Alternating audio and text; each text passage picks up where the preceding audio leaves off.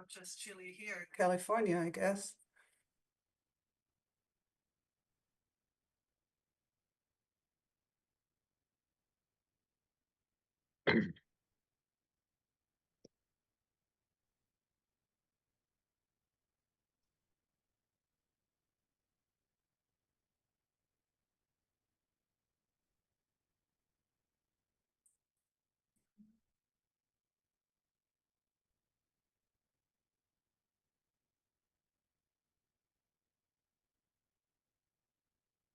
And hello, Anna. We are live now, but we're just waiting for all the ISB members before getting started.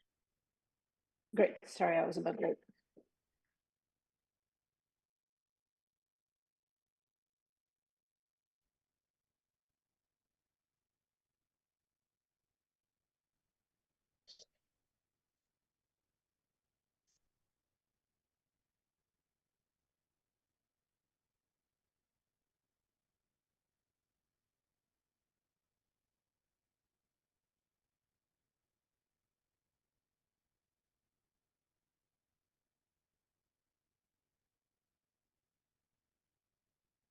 Wait for Diane to get back and then get started.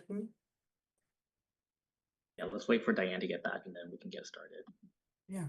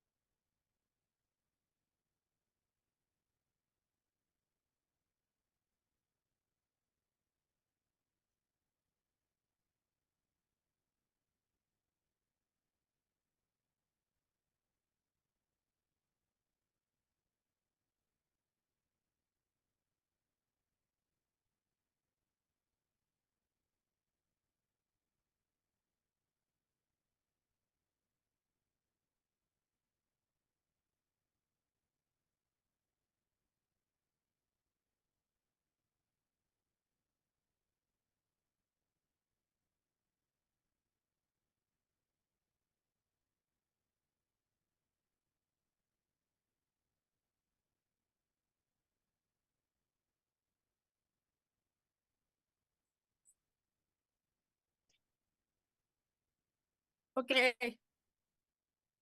Sorry about that. So we're still missing one member, but we're going to go ahead and get started. All right. Welcome to the April meeting of the Delta Independent Science Board. I call the meeting to order. And just to let you know, we will take written questions and comments throughout the meeting. Just follow the instructions on your screen and on the meeting notice. I'll turn it over to Jonathan now for some housekeeping information. Jonathan? In the event of evacuation at the Natural Resources Building, everyone must remain calm, take all your belongings, and proceed to the nearest exit out of the building.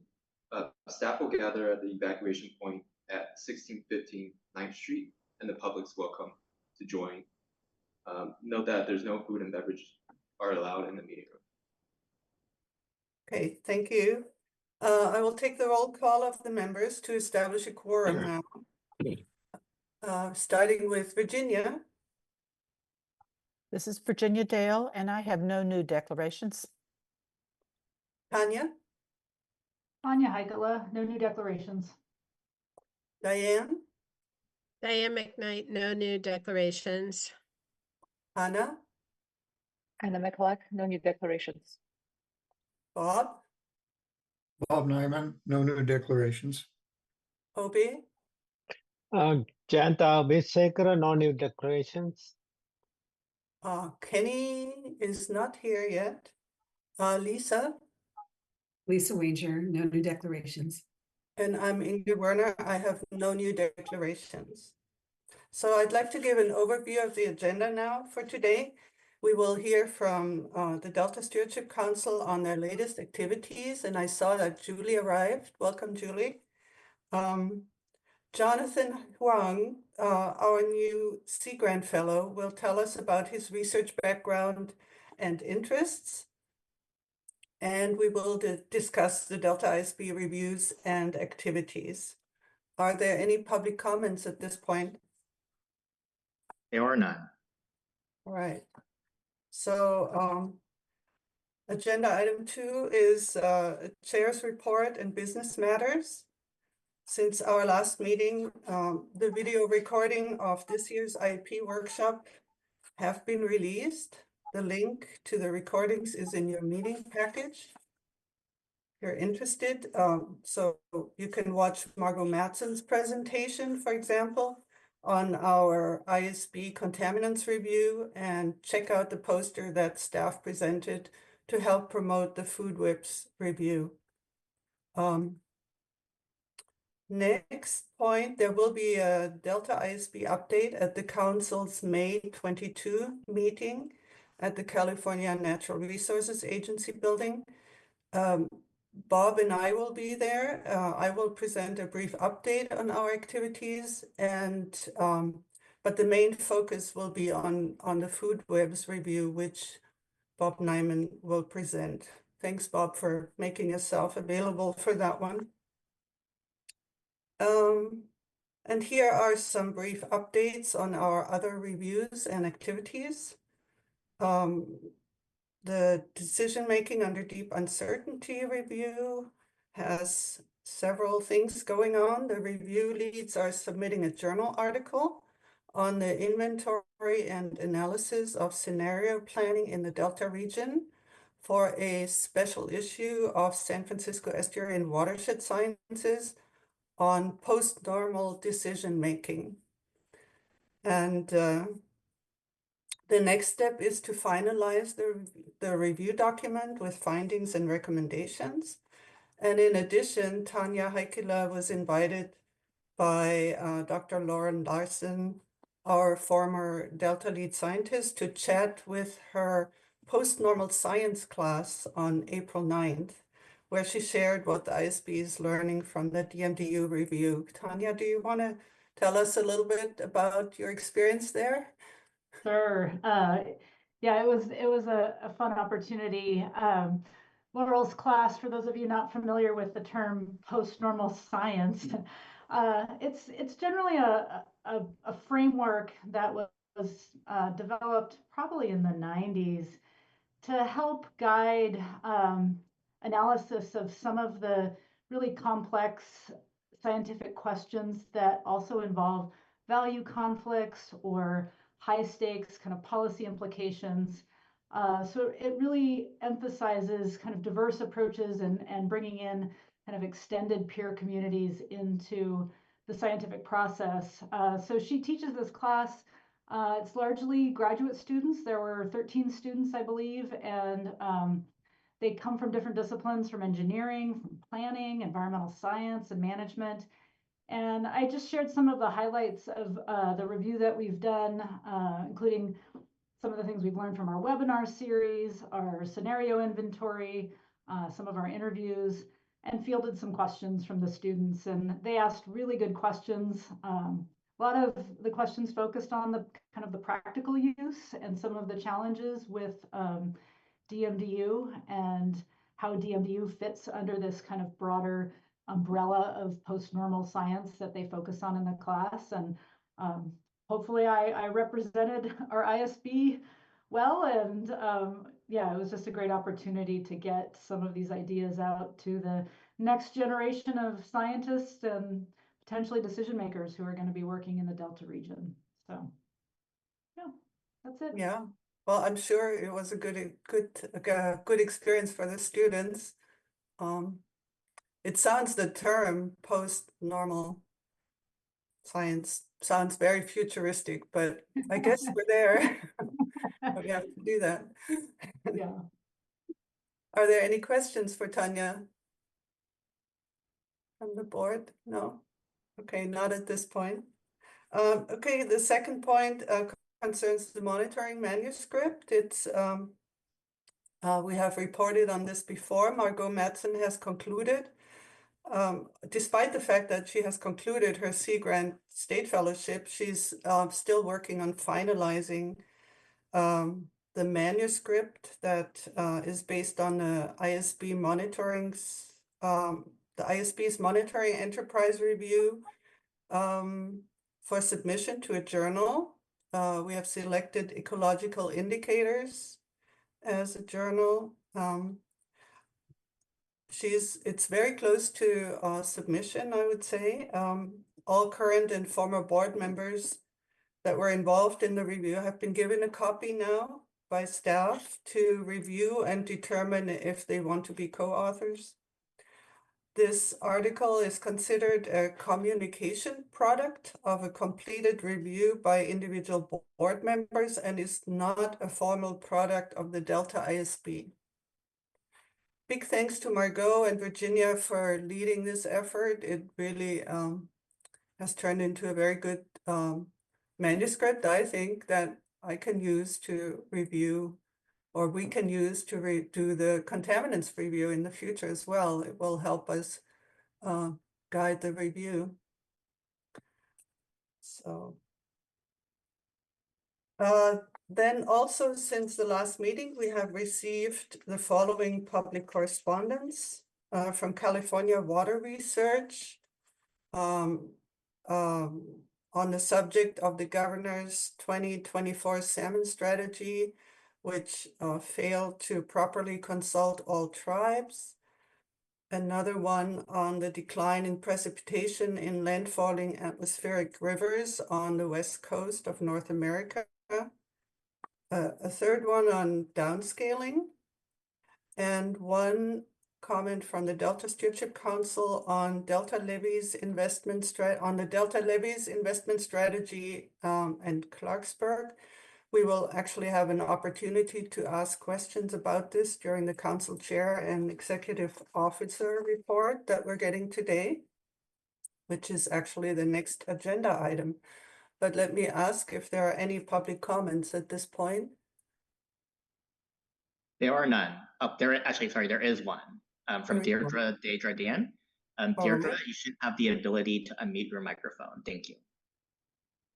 Would this be an appropriate time to provide a brief comment about the downscaling summary I sent? Yes, since we're on the subject, yes. Okay, so I just wanted to say, if you go back to the Climate Change Technical Advisory Group, they recommended that dynamic downscaling be used when it was available. And as I said, there's a worldwide effort to provide dynamic downscaling regionally. It does take a huge number of supercomputer cycles, so there's limited runs available. But what's very interesting is it shows a very strong effect when you do resolve the Sierra Nevada, and there's reduced precipitation on the mountains. So this is, it goes into a little more detail. I provided the maps, and you can see how much difference the downscaling makes, the dynamic downscaling makes. And this is something that I do really think needs to be included. And there's limited runs available, but it needs to be included in analyses of precipitation shifts, because it really points to information that's missing from current climate models. And this, you can't correct this using LOCA, or you really need to drive the weather research and forecasting model with the climate outputs. Thank you. Thank you, Deidre. Any other public comments at this point? There are none. Thank you. All right. Agenda Item 3 is the council chair and executive officer report, and we have Julie Lee with us, who will give us the report. Welcome, Julie. Hi, good morning, everyone. Thanks for having us here today. The first thing I want to talk a little bit about is the Delta ISB member recruitment, which is of utmost importance to you folks. The council's in the process of recruiting new members to fill the vacancy left by Tom Holzer and some upcoming vacancies as well. Dr. Lisa Marie Wyndham Myers is leading the recruitment and working with staff. So I'm just providing this update because she can't be at the meeting today. Applications closed on March 31st, 2025, and 13 applications were received, and they've selected 9 to move forward with interviews. So that's the status of the member recruitment. Next, I'm going to talk about the Delta Plan Ecosystem Amendment. This is something that we started a while back.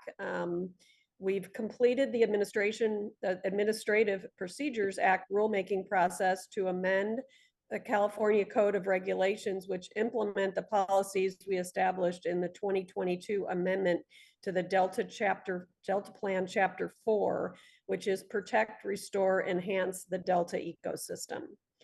The amended Chapter 4 promotes implementing restoration in a way that provides direct social benefits to Delta communities and minimizes conflicts to surrounding communities and land uses, and promotes proactive consultation and coordination with Native American tribes. The Ecosystem Amendment includes new and revised policies, recommendations, and mitigation measures aimed at ensuring that ecosystem restoration incorporates social considerations. For instance, a new regulatory policy requires certifying agencies to demonstrate and disclose contributions to restoring ecosystem function and providing cultural and recreational, agricultural, or natural resource benefits expected to result from the project. The amended and added regulations took effect on April 1st, 2025, and they're codified in Title 23 of the California Code of Regulations and are part of your meeting materials. Without a comprehensive vision for how to restore California's Delta ecosystem, progress would be scattered and slow. So this is a milestone for the Delta. These regulations will help ensure a healthier, more resilient ecosystem for generations to come. And I know staff worked for a very, very long time on these, so I just want to thank them again publicly. We've talked about it in our meetings, but it was a big lift. And so we're very glad that those are finally done and in place. We have a new blog entitled Enhancing Recreation in California's Delta, which highlights the development of a new state park called Delta Meadows in the Sacramento-San Joaquin Delta. The Delta's recreational opportunities contribute to the Delta as an evolving place, a key component of the state's co-equal goals of water supply reliability and ecosystem health. On April 3rd, 2025, the Delta Plan Interagency Implementation Committee, better known as DPIC, gathered at the Clarksburg Schoolhouse to emphasize the critical role of Delta recreation, and we toured Delta Meadows as well as the historic Locke Boarding House. I also have an update on our Tribal Environmental Justice Issue paper. At yesterday's council meeting, which was also held at the Clarksburg Schoolhouse, council staff presented the Tribal and Environmental Justice Issue paper, including summarizing changes made in response to tribal consultations, public comment, and input from the Delta Independent Science Board. The issue paper reflects the council staff's understanding of tribal justice and environmental justice issues and provides a foundational context for the council to build and for future growth. The council passed a resolution that adopts the final tribal and environmental justice issue paper, and that paper had both clarifying edits and more substantive edits. Changes were made, including, but not limited to, clarifying the intent and the scope of the issue paper, which was directly a result of some of your comments that we received, added results from interviews conducted with tribes on interweaving traditional knowledge, incorporated comments received during the tribal consultation period, which largely focused on expanding the description of historical state-sanctioned violence against tribes and being more explicit in our recommendations around representation and engagement, incorporated tribal justice into the EJ framework utilized throughout the issue paper, which was another ISB comment, which included tying tribal justice into our conceptual framework. That means that this PM currently only tracks the timelines of Sigma's implementation and therefore currently has no quantifiable Hannah? metrics. Sigma is a land. Hannah, I think you're not on mute, hon. All right. Some of our changes also address the interplay between the issue paper recommendations and Delta adapts, and added further context around the Chinese Exclusion Act and alien land law. We also incorporated relevant findings from the 2023 Delta Residents Survey. So I'd once again like to thank the Delta ISB for your comments, and the final report is part of your meeting package. This was also another years-long project for the council, so we were lots of patting on the backs at yesterday's meeting as well on that one. A big lift by staff, and we're very happy to have that wrapped up. And now we can start implementing some of those recommendations. Also, we have a letter that is in your packet, which is a clarification on D-List and Clarksburg. We talked about this at our meeting yesterday as well.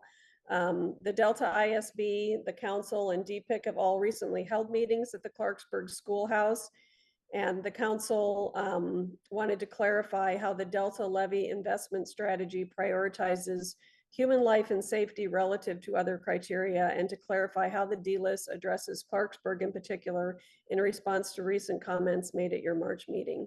So we prepared a letter that's part of your packet and was submitted prior to the meeting on that. If you have any technical questions, Jeff Henderson is on hand to answer questions about the D-List Clarksburg letter and the ecosystem amendments. And Amanda Bowl is also on hand to answer questions about the DPIC meeting or the Tribal Environmental Justice Issue paper. And then last, I just wanted to kick off our topic about the Delta Plan performance measures. Back in February of 2025, council staff presented an annual update on the Delta Plan performance measure to the council members. Each of these science-based and peer-reviewed measures tracks a unique aspect of the Sacramento-San Joaquin Delta and is important in evaluating progress in implementing the Delta Plan. So we've invited staff to the meeting today to present to the board, and I'm going to turn it over to Jeff Henderson, Martina Kohler, and their staff to talk more about the Delta Plan performance measures. All right. Good morning, everyone. Can you hear me okay? Yes. Great. Thank you. I'm Jeff Henderson. I'm the Deputy Executive Officer for Planning for the Delta Stewardship Council. And I'm joined today by Martina Kohler, our Program Manager for Performance Measures, and Scott Navarro, Hannah Cheney, and Dane Wicker, who all have a role in our presentation today. I'm going to kick off the presentation, and next slide, please. So by way of background, the Delta Reform Act requires that the Delta Plan include quantified or otherwise measurable targets associated with achieving the objectives set forth in the Delta Plan. To fulfill this requirement, the plan includes performance measures that are used to track environmental and administrative changes taking place due to policies and recommendations in the Delta Plan in relation to time-specific, measurable performance targets. The Delta Plan performance measures allow the Council to integrate science and monitoring results directly into decision-making concerning priorities and funding to inform adaptive management and to track progress toward achieving the co-equal goals over time. The 2013 Delta Plan, so the Delta Plan that was originally adopted by the Council, included an initial set of performance measures. Revised performance measures were then adopted by the Council in 2018 as part of the Delta Plan amendments, and those revised performance measures took a sharper look at metrics, targets, and baselines. And the 2022 Ecosystem Amendment added new performance measures and revised some of the existing ones concerning the Delta ecosystem. The performance measures consist of science-based metrics, baselines, and targets aligned with one or more Delta Plan policies or recommendations. Baselines and target values were established for the first time in 2018 for many of the measures, so about 7 years ago. The first year the data was evaluated for the newer ecosystem performance measures was 2 years ago in 2023. And the Council's Performance Management Unit tracks and evaluates performance measures continually and reports those findings to the Council annually. I'll now hand it over to Martina and our performance measures team to provide the 2024 annual update. Martina. Thank you, Jeff. Next slide, please.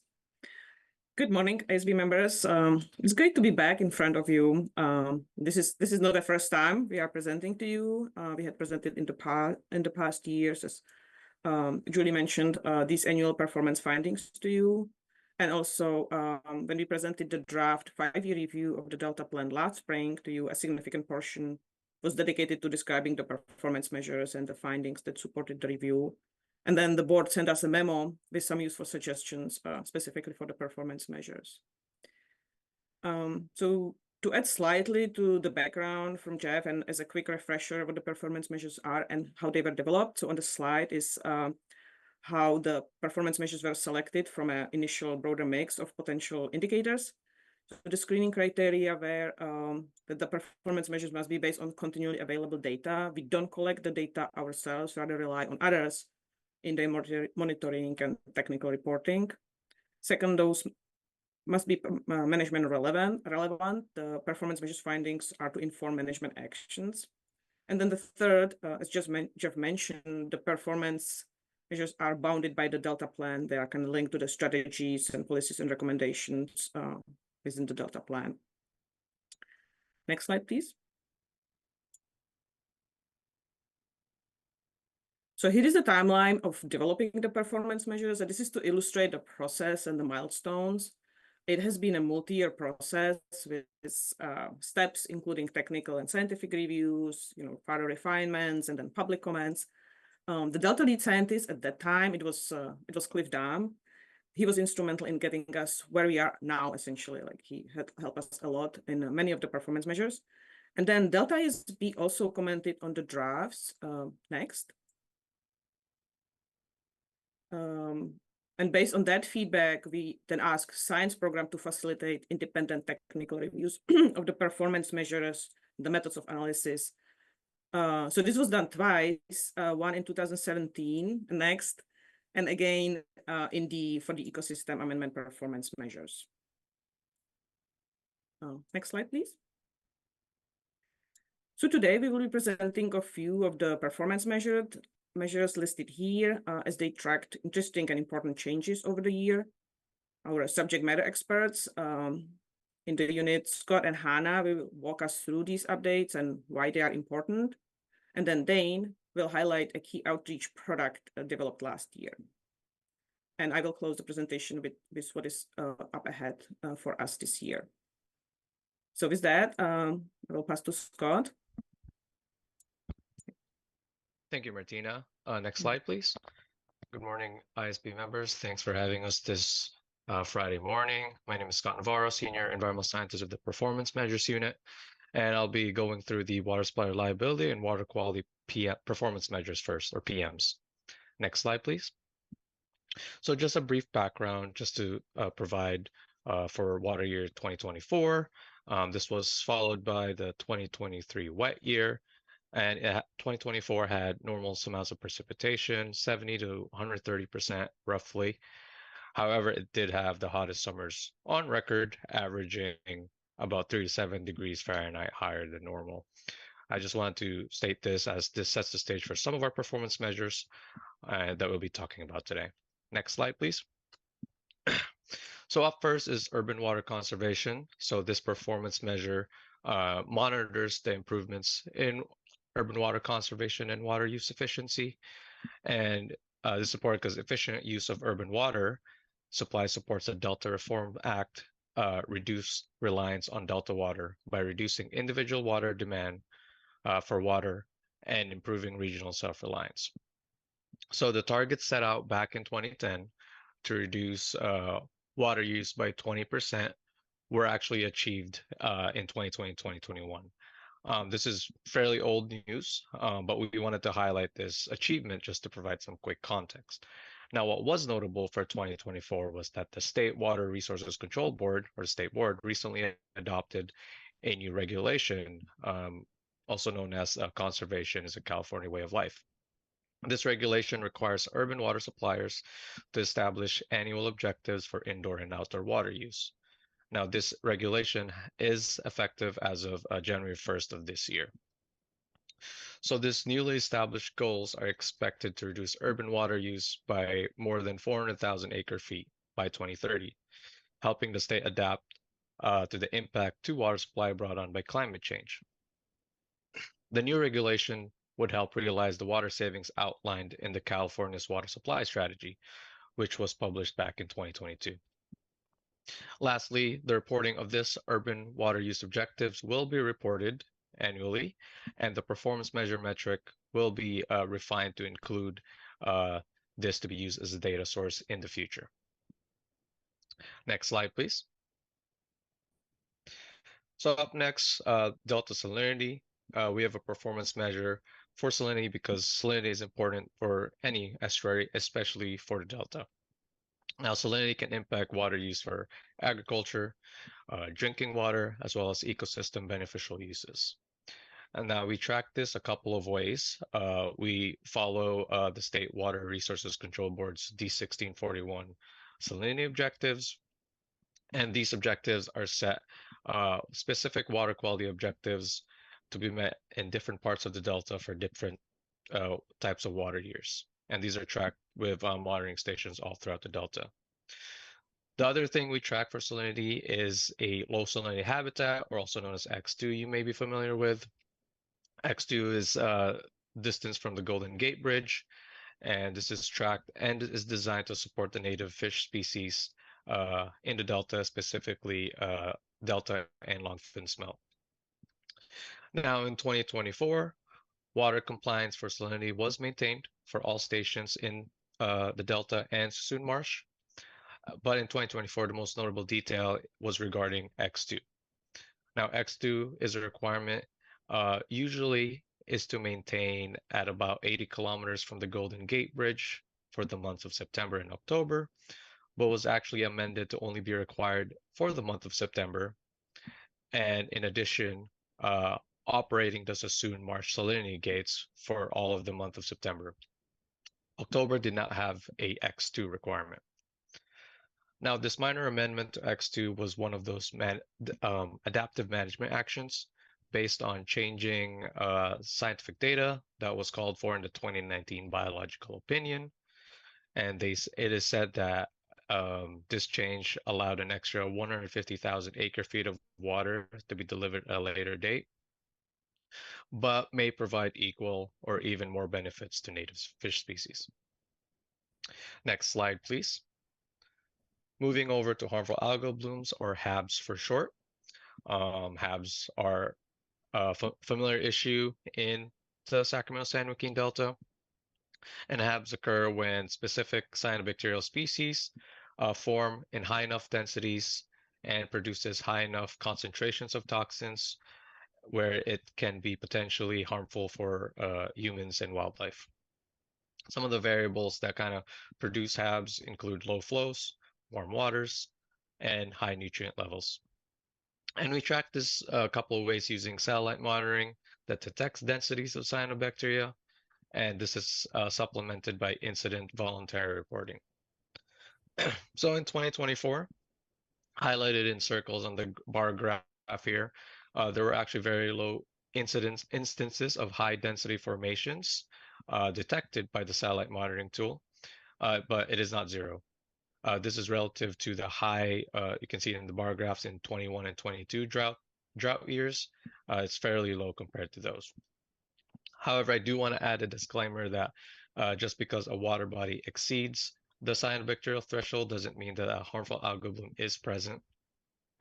So this is in addition, we use the incident reporting. This is where volunteers and local agencies report their findings on the ground to the State Water Resource Control Board, and there's a public dashboard where you can see that.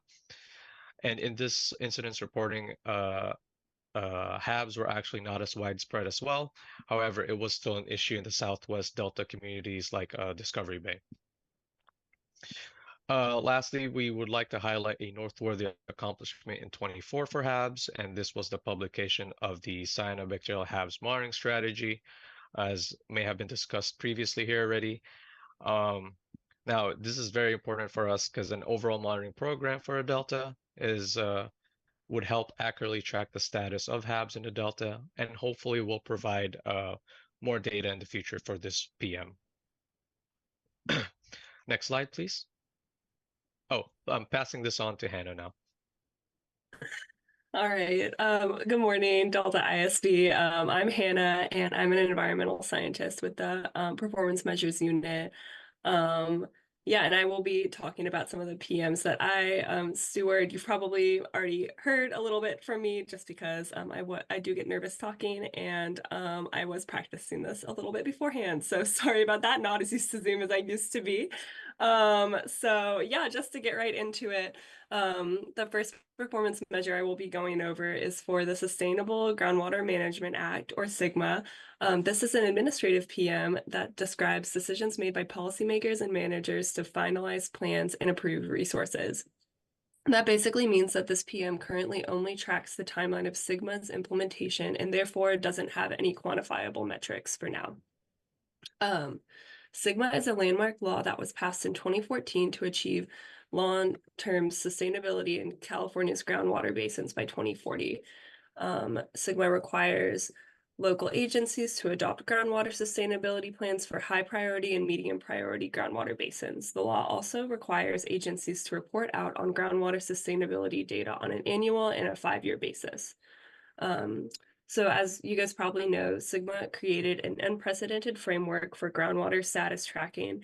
And given these achievements in data monitoring, we are hoping as a unit to expand this performance measures tracking ability by including quantifiable metrics such as tracking progress towards sustainable pumping levels and overall supply, as well as reporting out on projects that can capture and recharge the groundwater supply during times of surplus. Next slide, please. Now I'm going to be moving into our performance measures that talk about the Delta ecosystem. Next slide.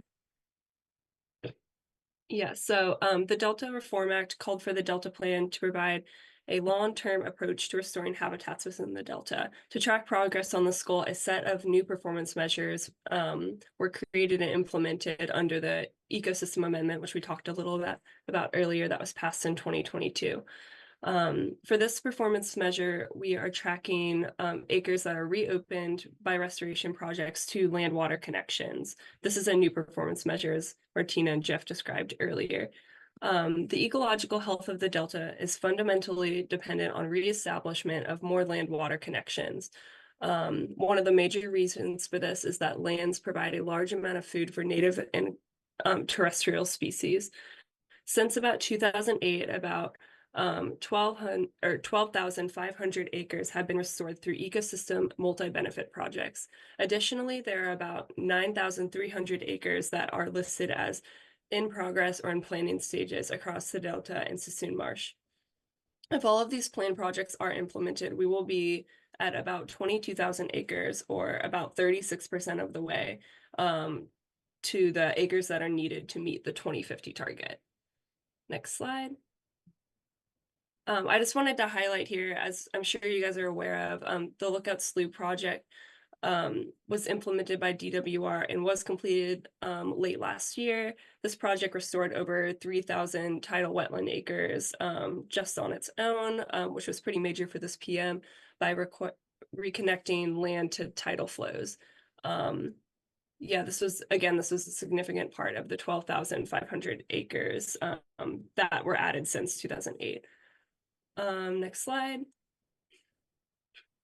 So next I want to give a little review of the subsidence reversal and carbon sequestration performance measure. I'm sure you guys know what are familiar with subsidence given the review that you're doing, but just as a little bit of a recap, much of the delta is sinking through a process called subsidence, which is caused by the drainage of delta wetlands and subsequent oxidation of peat soil. This oxidation releases a massive amount of greenhouse gases and results in a physical lowering of the delta elevation. The areas most severely impacted by subsidence in the delta are located in the central delta, so Sherman Twitchell Islands, and subsidence can be halted or reversed when water is brought back onto the landscape, which can occur through wetland creation or rice farming. 2008 marked the start of substantial subsidence project creation in the Delta. And as of now, there are 3,700 acres of subsidence reversal projects, which are credited to DWR efforts on Sherman and Twitchell Island. These projects serve as a potential source of revenue for the carbon market because they reduce greenhouse gas emissions. I also wanted to highlight a new subsidence project series that's funded by the Delta Conservancy that plan to convert around 11,000 acres into subsidence projects in the Delta. Once completed, the acres of subsidence projects in the Delta will be nearly 15,000 acres, or about halfway to that 2030 goal that we have there. We also are updating this performance measure because of high interest in the Delta, and are really looking forward to looking at and referring back to the Delta ISB review that I know you guys are doing on this topic for things like target numbers and metric justifications, especially for rice in this topic. Next slide. All right, so our last PM here is the Yolo bypass floodplain inundation. When flooded, the Yolo bypass contributes to the growth of migratory fish species and benefits delta food webs by restoring floodplain ecological functions. The target time of duration for flooding here is 2 to 3 weeks and was chosen based on research demonstrating improved outcomes for select aquatic species, namely juvenile Chinook salmon. You may have seen the somewhat famous picture known as the floodplain fatties, which shows juvenile Chinook salmon of a similar age that were found in the nearby Cosumnes floodplain versus in the Sacramento River. You can see the Cosumnes fish on the right are much larger because of the abundance of food in floodplains compared to the river systems. I also wanted to show this map taken from one of our data sources for this PM, which is from the UC Davis Hester Lab Group, and it shows the inundation level for the Yolo bypass at about 15,000 acres. You can see the purple is the total Yolo bypass acreage, and the yellow is the flooded areas. And this was recorded by Sentinel-1 late January of this year. And that's just a benchmark because our target is 17,000 acres for this PM for 2 to 3 weeks. Something exciting about this PM is that both targets have been met for the last 2 years because of the wet water years. And another exciting aspect is that the Big Notch project, which is expected to be operational by late this year, will expectedly add about 30,000 acres of floodplain habitat to the Yolo bypass and hopefully help us meet this target more frequently in years to come. Next slide.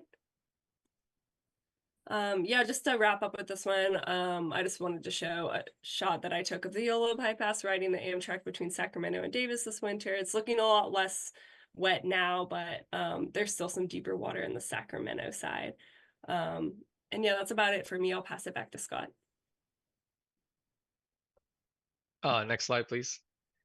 Hi again, everyone. So the next two performance measures, so this one is fish passage. It's also one of the newer PMs that was included in the 2022 ecosystem amendment. So this performance measure PM, the Delta serves as a migratory corridor for all anadromous species in the Delta watershed, such as the Chinook salmon. Now, migratory fish passage is very limited now due to centuries of man-made diversions, structures, and urban development. These barriers to fish passage restrict or reduce historic habitat, as well as some spawning grounds, such as those streams above the dams around the Delta watershed. In addition, these migratory fish species are socially and culturally important for the native California tribes. So for this performance measure, we track the barriers that the Department of Fish and Wildlife and the Department of Water Resources that have been that they compiled to be priorities. And we also track any action towards species restoration, specifically salmon, at key dams around the Central Valley watershed. So as of 2024, from this compilation from the Fish and Wildlife and Department of Water Resources, there were a combined 5 sites out of 57 identified in the baseline that fixed or remediated the barriers to fish passage. Now, this might not seem like a lot, but this actually includes several that are ongoing, either in their planning stages, feasibility studies are being conducted, or are currently being implemented for remediation. Now, for dams around the Delta watershed, some things to highlight in the past 3 years. Some feasibility studies have been or are being conducted, such as those above Lake Almanor on the Feather River, on the Yuba River above New Bullards Bar Dam, as well as on the Sacramento River on the McCloud River above Shasta Dam. That's it for this one. Next slide, please. And for the last PM, we're talking about invasive species. So invasive species are plants or animals that are not native to the Delta, and then once introduced can cause havoc to the environment as well as the economy and or human health. Now for this PM, it's actually a very diverse PM, but we wanted to focus on non-native invasive species introductions. And, we would want no new invasive species in the Delta. Wanted to highlight 2 of them here to start off with a familiar face with the nutria, Myocastor coipus. It's a highly invasive, non-native semi-aquatic mammal, and unfortunately continues to proliferate throughout the Delta, despite eradication efforts by Fish and Wildlife and other state and local partners. You can see in the bottom right on the map there, that's the locations where there's been a take of nutria in the Delta in 2024. And unfortunately, 2024 had the most take ever taken within the Delta, with 361 out of the 685 total since the program began in 2017, almost doubling the total take just in the Delta. As you can see, they were mostly found in the western part, as well as in Sassoon Marsh. Nutria can cause several problems if left unchecked. Biggest problem with them is that they eat a lot of vegetation, native vegetation, as well as crops. They also burrow and create complex tunnels, and that can risk and ruin the integrity of levees in the Delta. And the next invasive species is the golden mussel. Next slide, please.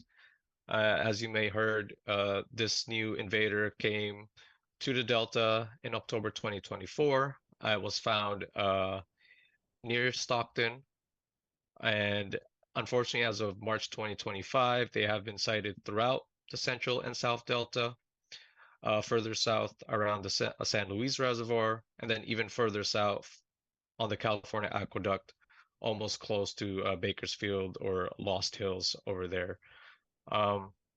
These mussels are from China and Southeast Asia, and has invaded other parts of the world already, like in South America and Brazil, as well as in more East Asia and Japan. This is the first known occurrence of this golden mussel in North America. And the impacts to these guys, they're very similar to an already familiar invader in the US, at least, on the eastern part of the US, such as the zebra and quagga mussels. So the establishment of golden mussels is problematic. They can increase the cost of maintenance of water infrastructure by clogging pipes and increasing treatment costs, outcompeting native wildlife, changing food web dynamics, can alter water quality, and then can also affect recreational activities by damaging boats, as well as beaches and equipment. And just the pictures here in the top left, that's just the quagga mussels. These golden mussels are similar to them. This is a pipe on Lake Mead, and you can see it, can't really see it, but it took 6 months of them to colonize almost fully enclosing that water intake pipe. On the bottom left there, those are the golden mussels. That's a buoy that was taken from DWR. And then on the map there, you can see those are the locations of sightings of golden mussels. And then as of now, there is a golden mussel task force that's been developed, comprised of Department of Fish and Wildlife and state and local federal partners. And they developed a response framework that includes containment prevention measures, education and outreach, as well as incentives. And most recently, Fish and Wildlife is offering $1 million in grants to fund boating facility operators to enhance efforts against invasive mussels, specifically the golden mussels. And other steps that are happening locally, you may have heard, it was on the news, such as in Folsom Lake, they actually shut down motorboats in Folsom Lake, and there's a requirement to be inspected, and they actually have to wait about 30 days before they can even launch in Folsom Lake. So there are some proactive measures being done throughout the Delta watershed. And that should be it, and passing it on to Dane now. Okay, next slide, please. Good morning, members of the board. My name is Dane Wicker. I'm a 2024 California Sea Grant Fellow with the Planning and Performance Division, this amazing team here. I've been helping out with the team's outreach efforts, among plenty of other things. Next slide, please. So this performance measure data that everyone's been talking about is very, very powerful, but I do think that it can be a lot, especially if you are someone without a background in science or policy and are just kind of looking to understand why we are tracking the things that we are. So early on in my fellowship here, we identified a need for accessible communication of all of this data. And from that need, the idea of a podcast series, the Delta Dispatch, was born. What this podcast really seeks to do is pick a few relevant and timely topics from the Delta Plan and explain performance measure data that tracks that topic, including why that data really matters and what it actually looks like when you're out in the Delta. Many of the episode topics we picked are actually one and the same with the measures that my team has been discussing today. We've got harmful algal bloom, subsidence, urban water conservation, natural community restoration, and an upcoming one on fish passage. As scientists, I know that we really love our scientific terms. They're highly accurate, they're awesome, but not everybody finds them so easy to understand. So with the episodes, by converting some of that science jargon to more everyday speak and by addressing some of these topics in a more story-driven way, my aim was for this series to be a great starting off point for anybody who wants to learn about Delta topics. And really the heart of this entire process are the amazing guests that we've been able to interview, pictured there on the right. At the outset of the project, we really wanted to represent both science and policy experts, as well as members of the Delta communities that we serve. So each episode has 2 guests on it that speak to the topic. And the end product is something that I really hope that anybody can relate to and get entertainment out of while they're learning about these really important issues. Right now, we have 5 whole episodes live, and I was thankfully extended a little bit to produce another set of 2 that are on track to complete production and hopefully air in the next couple of months. And you can listen to the 5 that are live right now on the Performance Measures dashboard, and I really hope that you take the time to do so.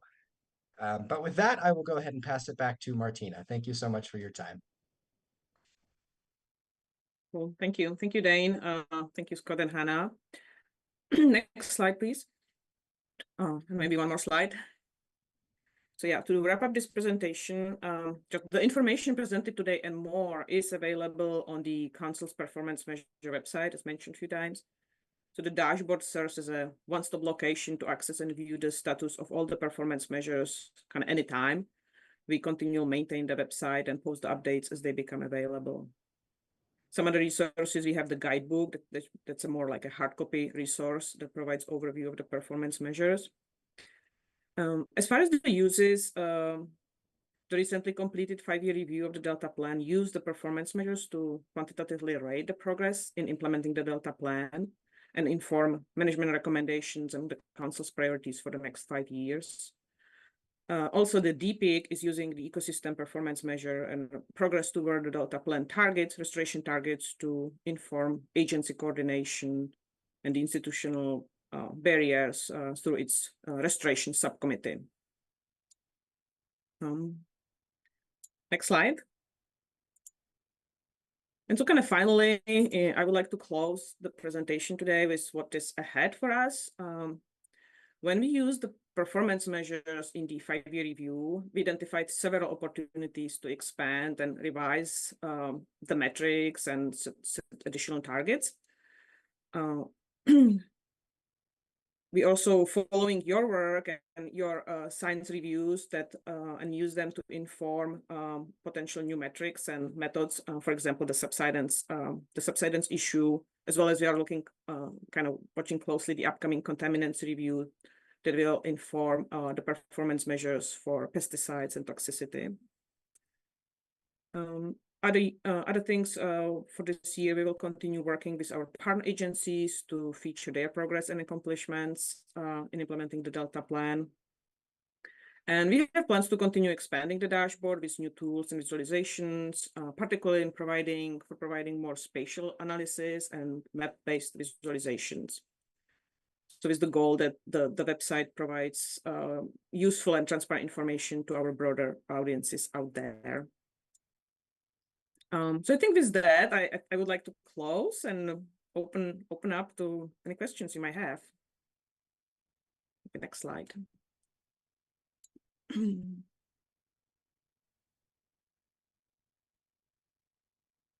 Well, thank you so much, Martina and team, for this overview. It's very exciting efforts, and thank you, Julie, for the report from the council.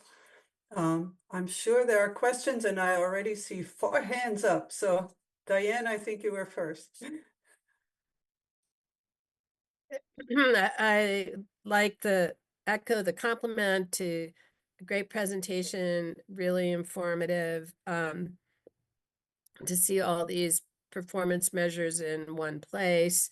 Your presentation reinforced my impression that there's greater distance to achieving the goal for some topics than others. For example, subsidence reversal. The goal was a high bar, and the trajectory is difficult to imagine how that's going to get to that high bar by 2030. Similarly, the fish passage seems to be a high bar in terms of a target. Is that a correct impression on my part, that those are the 2 areas where it's just particularly challenging and it may not be possible to meet these goals in the timeline of the targets? Oh, I can maybe respond. I mean, there are some examples. I think there are others, I think particularly the water quality. I mean, there are areas that are kind of hard as well. I think one interesting thing is that for the ecosystem performance measures and the targets, they are set more into the future, and they are kind of set, like, I think the intent is to be aspirational and ambitious. I mean, we always say like achievable, but aspirational. So, I mean, yeah, there are certainly challenges and in some areas. To follow up, is there intermediate targets that would be more achievable? Do you see what I'm saying? That's a good point, actually. So yeah, I forgot to mention, especially for those ecosystem performance measures, because they have the year be achieved in 2050. We kind of broke it down into an intermediate or interim kind of targets or milestones. I think it was actually one of the feedbacks, maybe from Delta ISB, that suggested that interim kind of steps. I think just because when we are reporting with all the other performance measures that may not have, we kind of use the end date for now, but I think maybe that's a good point that maybe to paint a better picture, we should be kind of using those interim milestones, interim targets when we do this presentation. But yeah, we do have them. Thanks. Thank you. Thank And you. Yes. Lisa is next. Thank you for that presentation. It was very informative, and it's great to see these performance measures. And Dane, I particularly like the idea that you're doing podcasts. I'm a big podcast fan, and that's great. But since you opened the door, Martina, to this idea that you're going to be improving communication and changing the website, the thing that struck me as a decision scientist is that to me, it's not very obvious how the indicators connect. So, you know, like I just went to the website and I was thinking, how do I find out how well fish are doing? You know, and I saw something about salmon. And I thought, okay, I'll look at salmon. And I see that this, you know, there's a level of salmon production, but it's not linked to, you know, what's the limiting factor, or, you know, how does, and under the ecosystem category, there's no, the X2 isn't there, even though Scott said X2, you know, is so important for habitat. So, I mean, I do understand there's a need to keep things clean, but I do think it, you know, even not just from a public perspective, but from policymakers, decision makers, they may be looking for a place where they can see, like, I want to improve this indicator. What do I do? So that I just see that idea when you're thinking about revising the website. It could be better connected to the drivers. I mean, yeah, I think it's a good point. And I guess what you are saying, maybe like some kind of conceptual diagram, right? Like kind of like how those performance measures fit into the overall kind of the PCs and the drivers. Yeah, I think it's a good point. I think we have. Well, I just want to say, I don't always think conceptual drivers are the answer. I know there's some others here who may push that idea, but even just a narrative about limiting factors, or you know, simple equation. I like equations personally, you know, whatever it is, you know, they would just be a little more clear about how things connect. Yeah, I just wanted to add, Lisa, this is something that we always talk about actually in our unit, is trying to just find the connections and making it easier for users to, you know, X2's in the water quality chapter, but it's technically, you know, for the ecosystem. So it's like we have to put them in bins, but we're also trying to figure them out. So this, you know, thank you for the comment. All right. Obi, you were next. Yeah, thank you. Very nice presentation. I do have some high-level clarifying questions. You know, one is that these targets, I assume, are science-based targets. But I was curious. I'll ask my questions first, and then I'll let you respond. I was curious, you know, what we call non-stationarity. These targets themselves might be changing under future conditions due to climate change or whatever, right? So is there a time dimension to this target, which might be similar to the earlier comment on the interim targets? The other question is, I see some of the metrics or measures have a, you know, water year type characterization targets, but like urban water didn't have such a, if I understand correctly.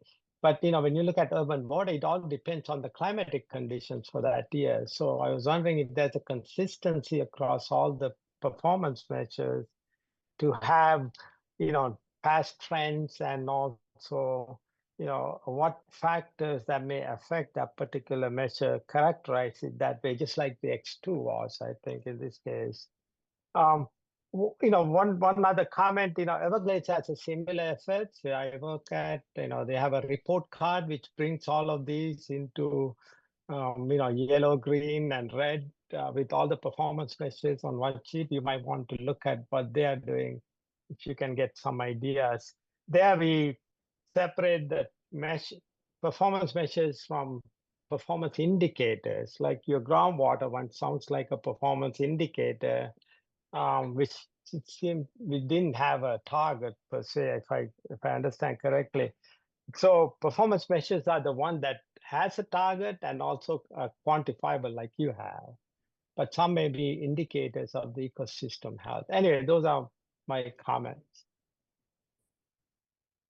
Anybody want to respond or? No? Well, I asked a lot. Okay, well then we move on to Tanya. Yeah, thank you all for a great presentation, and I just echo what others have said about, this is really valuable, and appreciate the updates on where things stand with the performance, and it's clear that there are some performance targets that we're getting maybe closer to than others. And the question, I guess, that always comes up, and this really relates to Lisa's comments. So maybe I'm repeating a little bit what Lisa said, but I'll say it in a slightly different way. But the question that always comes up when we're looking at performance measures is the why. Why are we why are we doing better on some versus others? And that, really requires us to then have some sort of causal understanding, or at least logic model guiding kind of how we think about those outcomes that we're trying to achieve. And so I see in some of these performance indicators, some of these look like outcome measures that we might expect to see if you do X, Y, and Z activities in an ecosystem. And some of them look more like the inputs to those outcomes. Like if we are putting in fish passage, that's an input to an outcome that we might be interested in seeing, better fish health, right?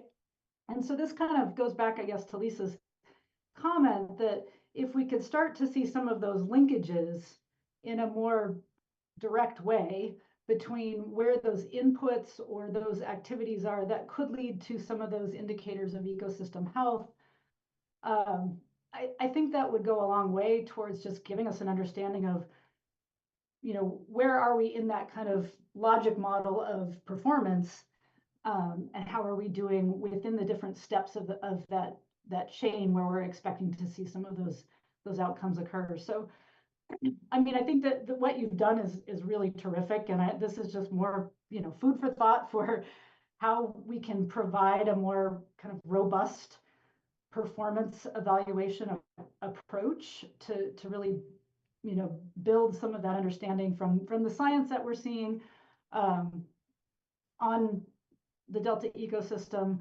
but also to better communicate to decision makers where some of those levers are in that chain of decision making. So on some of these outputs or outcomes, we might have more control over the system than we do with others, and if we're tracking where those levers are in that process, it can be informative. So just want to encourage you to keep pushing those ideas if you can. Yeah, thank you for the comment. I do appreciate it. I think it's something that we kind of like are aware, I think, and have been kind of trying to figure out how to best, fit it in the the output and outcome connections. And so yeah, there is room for improvement. And I think because the ecosystem performance measures are somewhat newer, right? Like we have just like 2 years since we were able to track them. So I think with them, it gives us more holistic approach that we can kind of dive into these conceptual connections and kind of show those connections more kind of holistically and more meaningfully. So yeah, I appreciate that suggestion. Oh, thank you. So Virginia, you're next. Well, I wanted to agree with what Tanya and Lisa had said, and Martina, the words that you just used made me think of the approach I would take that the committee will probably understand. You talked about conceptual understanding, and to me, I always bring up, I like a physical or a graphical model that shows how they connect. That really helps me understand what the cause and effect are.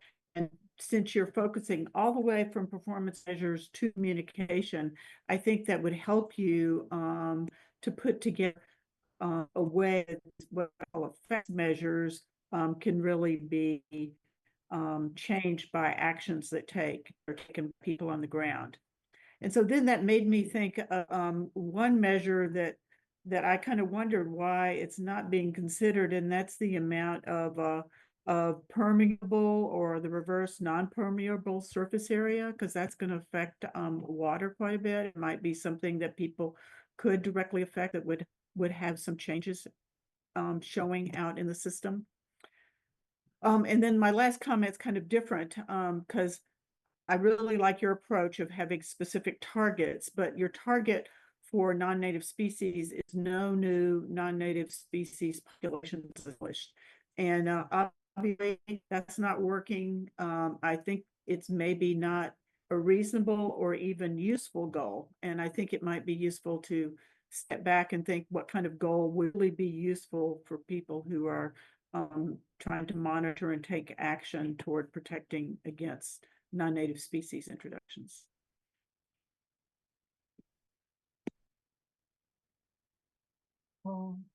Any response to Virginia's suggestions, comments?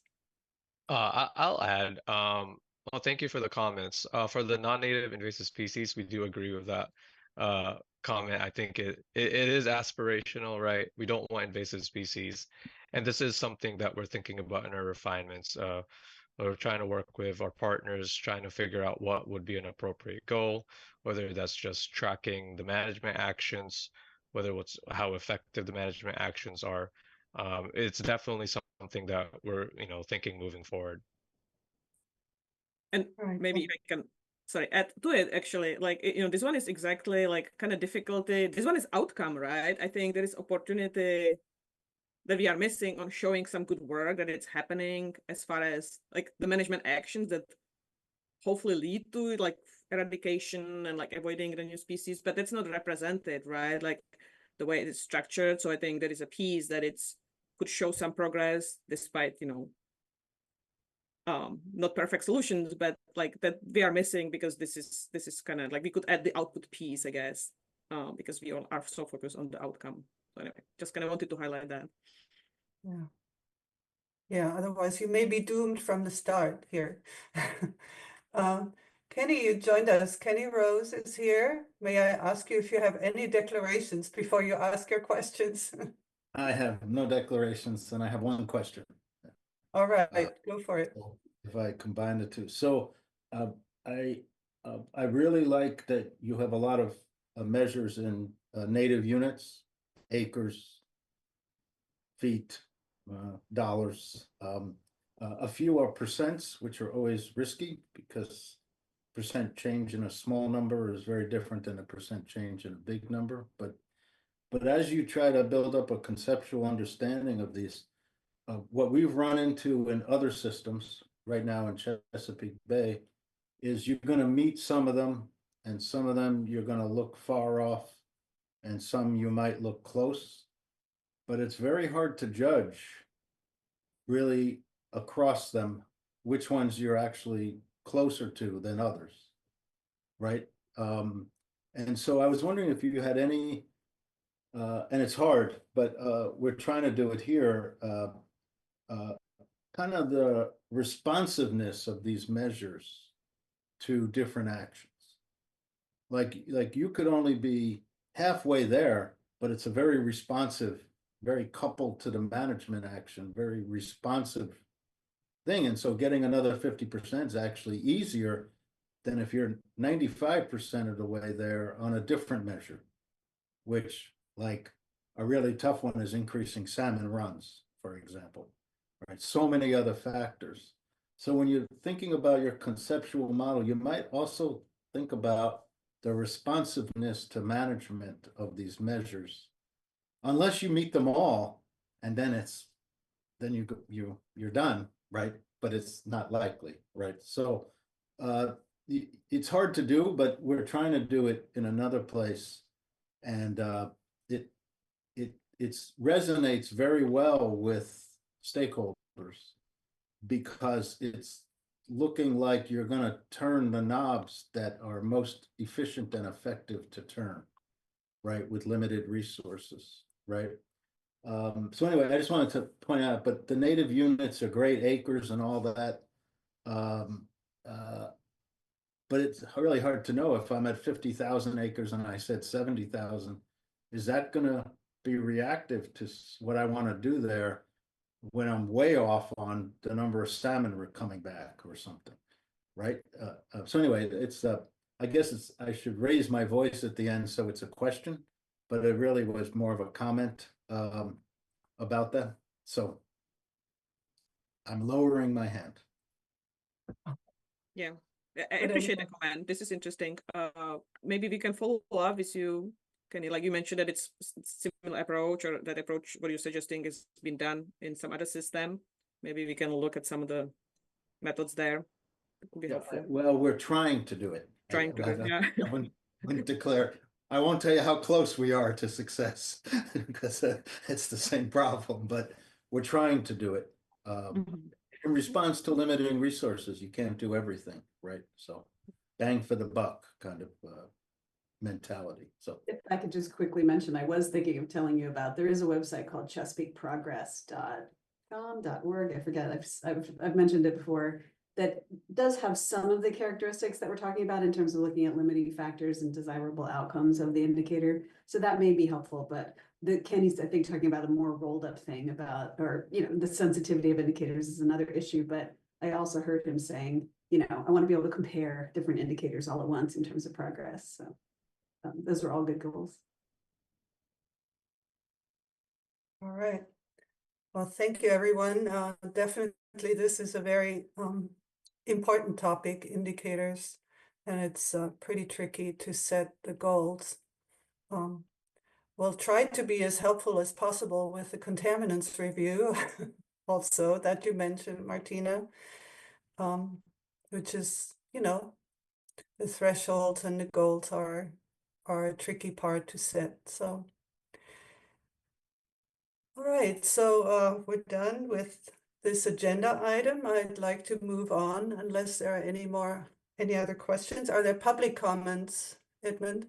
Inga, yeah. There were other parts of Julie Lee's presentation that ISB members may have comments on. For example, the EJ paper, things like that. Okay. Yeah, thank you, Lauren, for reminding me. Does anybody have comments on Julie's part of Julie's report or questions? Oh, yay. Lisa. I feel like I should let Tanya go first this time. Tanya, why don't you go first? Sometimes I think Lisa and I are thinking the same thing. So I was just curious to hear if you were going to ask the question I was going to ask. Maybe not. So my question just was really related to the next steps for the EJ paper and kind of what the priorities are. And I see Amanda popping on. I just love to hear what you're thinking right now, Amanda, for how this rolls out and gets implemented and all that fun stuff. Yeah. Good morning, everyone. Amanda Bowl, Special Assistant for Planning and Science at the Delta Stewardship Council. And Jeff may also want to weigh in here a little bit as well.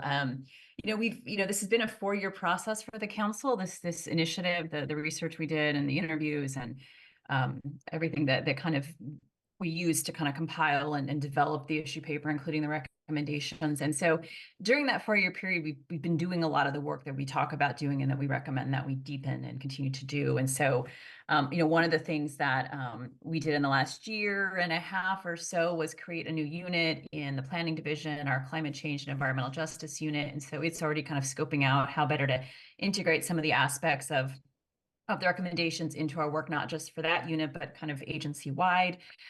We also have hired what we call our JEDI officer, who started late last year, who is kind of working internally, kind of on the internal culture of the council in terms of equity and justice and inclusion. And that's moving along well. And then, we're still completing Delta DAPS, and there's a lot of connections between Delta DAPS and the recommendations there and the EJ paper. And so I think for now, it's really trying to, now that we have, official, we want to continue those initiatives and a number of others that are already underway. But now that we have the absolute green light from the council to really start looking into how we better integrate this work into the agency as a whole, we are going to now kind of in earnest start figuring out kind of how we start doing that and kind of at the programmatic level, kind of where everything that we're doing. So I know that might sound kind of vague, but since this has been an ongoing process, I think we're looking to just really kind of continue what we've already started, but with a bit more intent. Jeff, anything you want to add? And we are looking ahead toward potentially updating the Delta plan to incorporate not only the performance measure updates that Martina and her team just sort of went over for the group, but also to incorporate some of the key findings of Delta Adapts and the EJ issue paper. We're seeing sort of the coming together of these topical issue identification processes that we're then looking at our key planning document, the Delta plan, and identifying places where an amendment would be responsive to some of these charges from the various different input studies and issue papers that we've completed. So that's one of the key things that the new unit is beginning to focus on, as well as potentially updating the various different performance measures to better integrate social science and socioeconomic trends and characteristics as we go forward as well, to sort of help resolve some of the imbalance between social indicators and natural resource or water resource indicators. So That is great to hear. Thank you. All right, Lisa, was that the same question? I wasn't that smart to ask that. But let me just quickly respond to Jeff, and then I really just had a comment. So I'm really glad to hear about that integration. I do think there is good stuff going on in your tribal engagement in particular that's not necessarily well communicated. So I do think that makes it sense that should be some of a priority for you.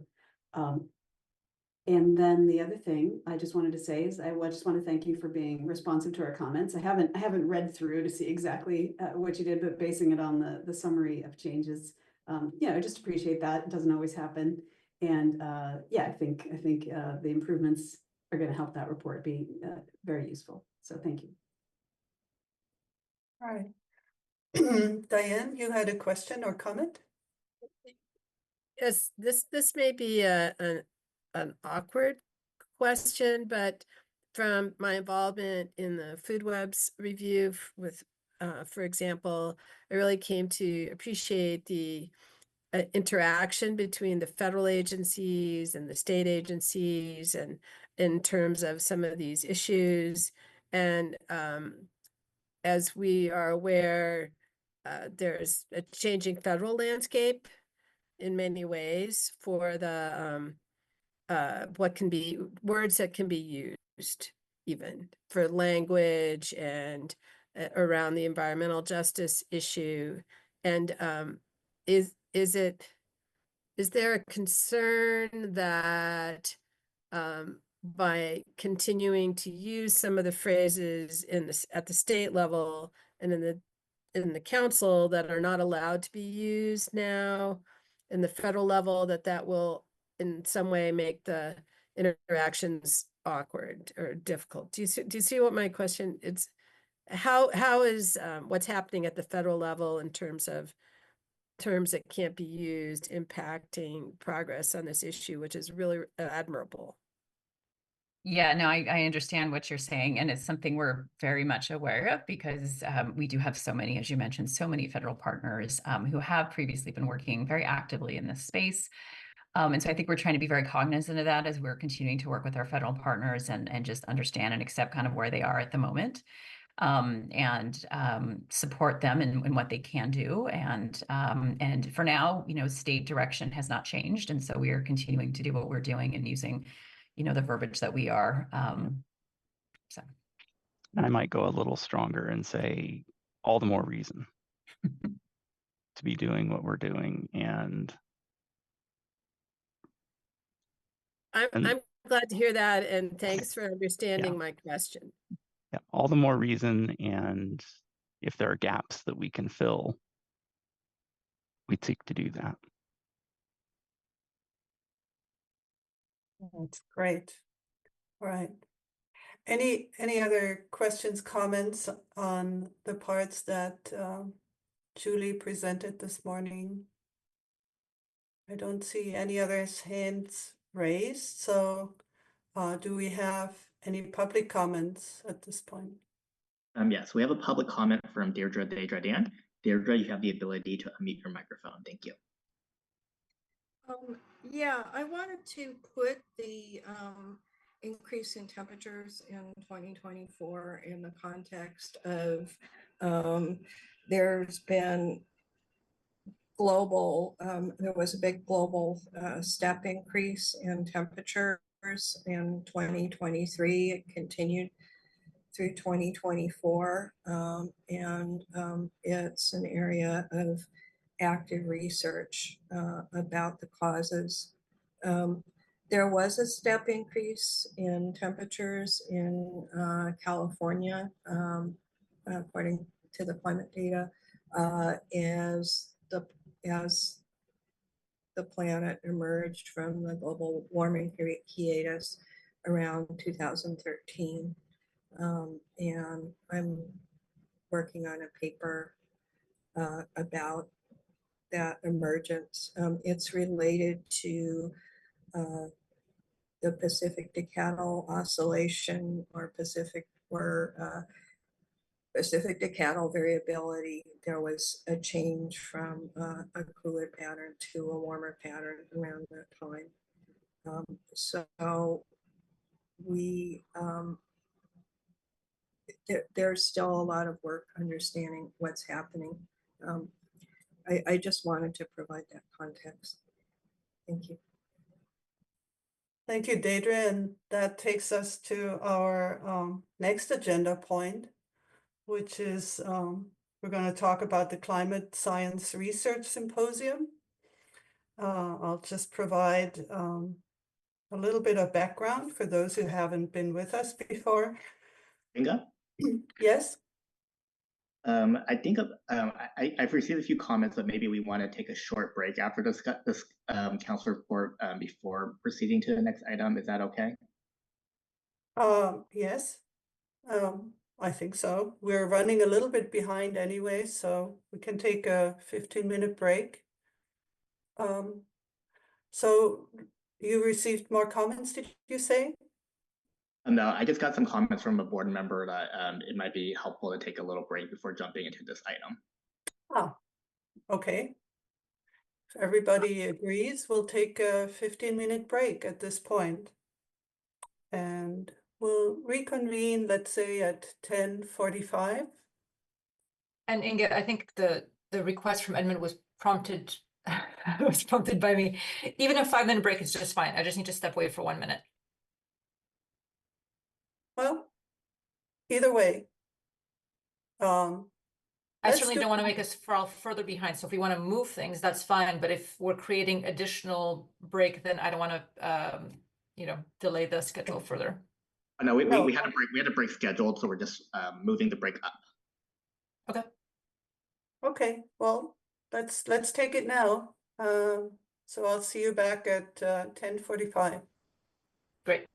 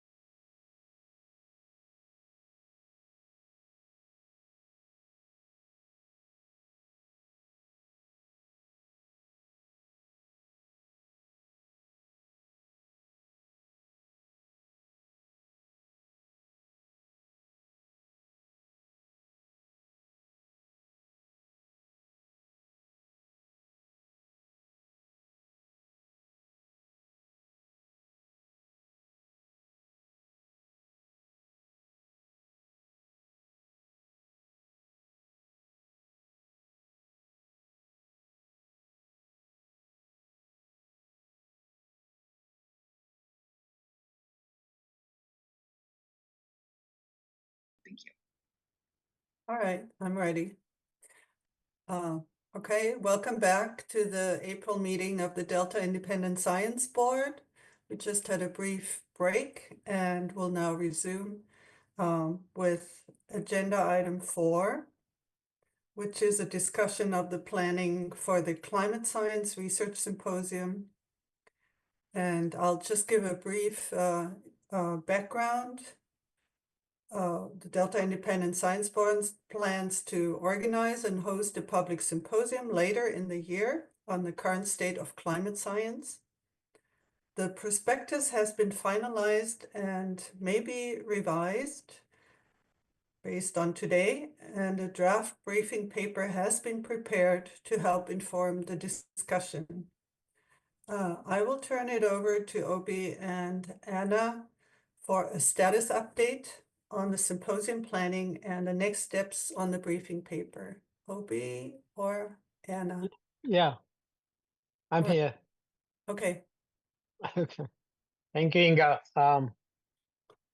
Good morning or good afternoon, everybody. As you have heard, there's a slight change of plans that we decided to postpone or combine the two separate symposia that we had discussed into one that now will be scheduled for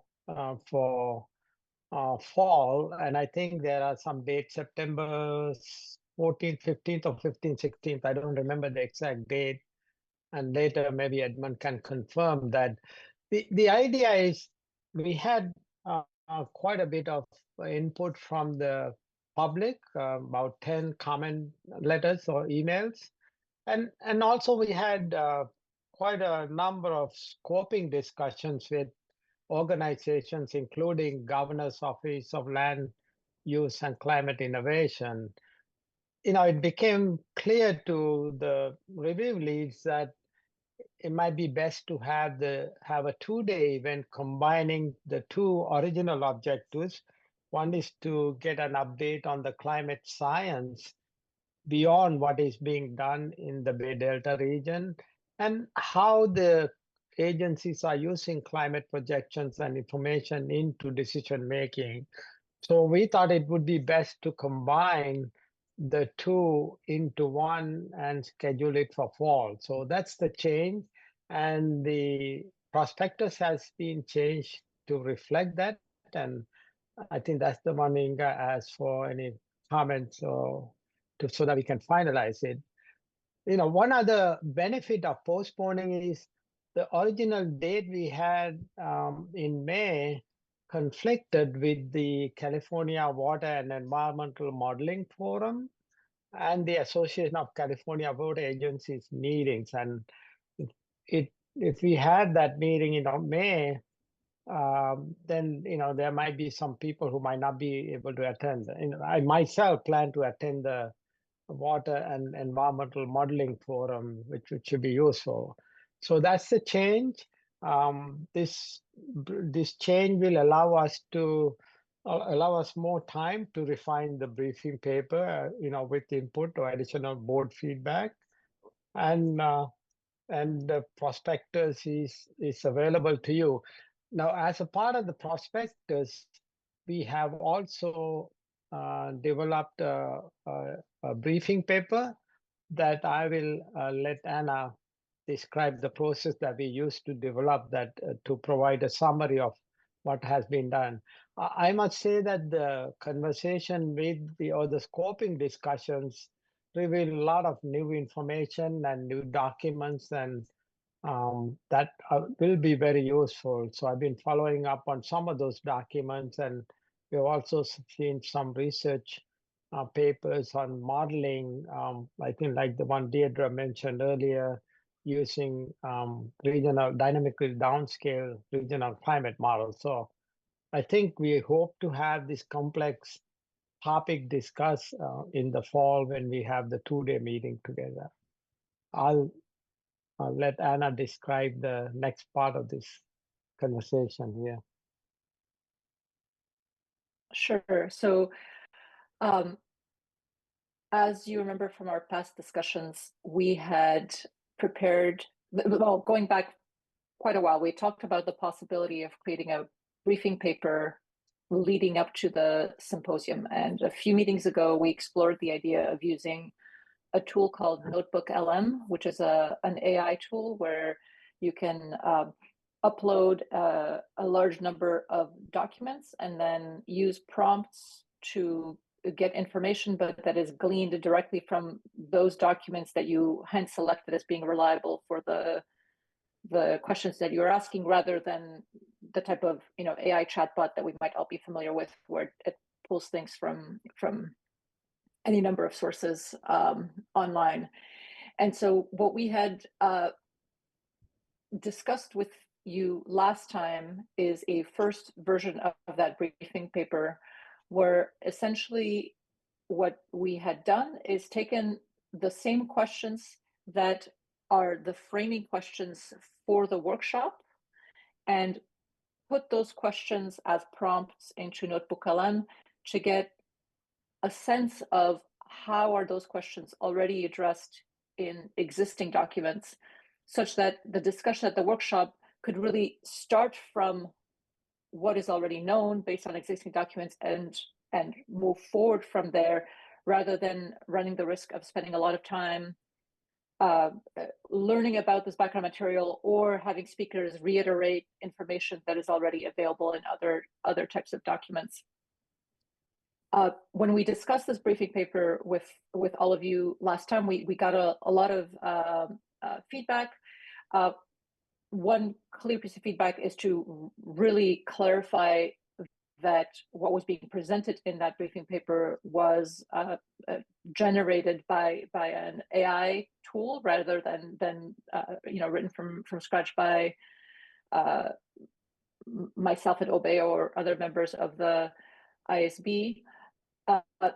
There was also a concern that some of the text that was in the responses to these prompts were either explicitly or implicitly recommendations. And there was discomfort around, are we asking an AI bot for recommendations, which is of course not the intention of what this background briefing paper was intended to be. There were comments about there being, in some cases, some repetitive language between them. And this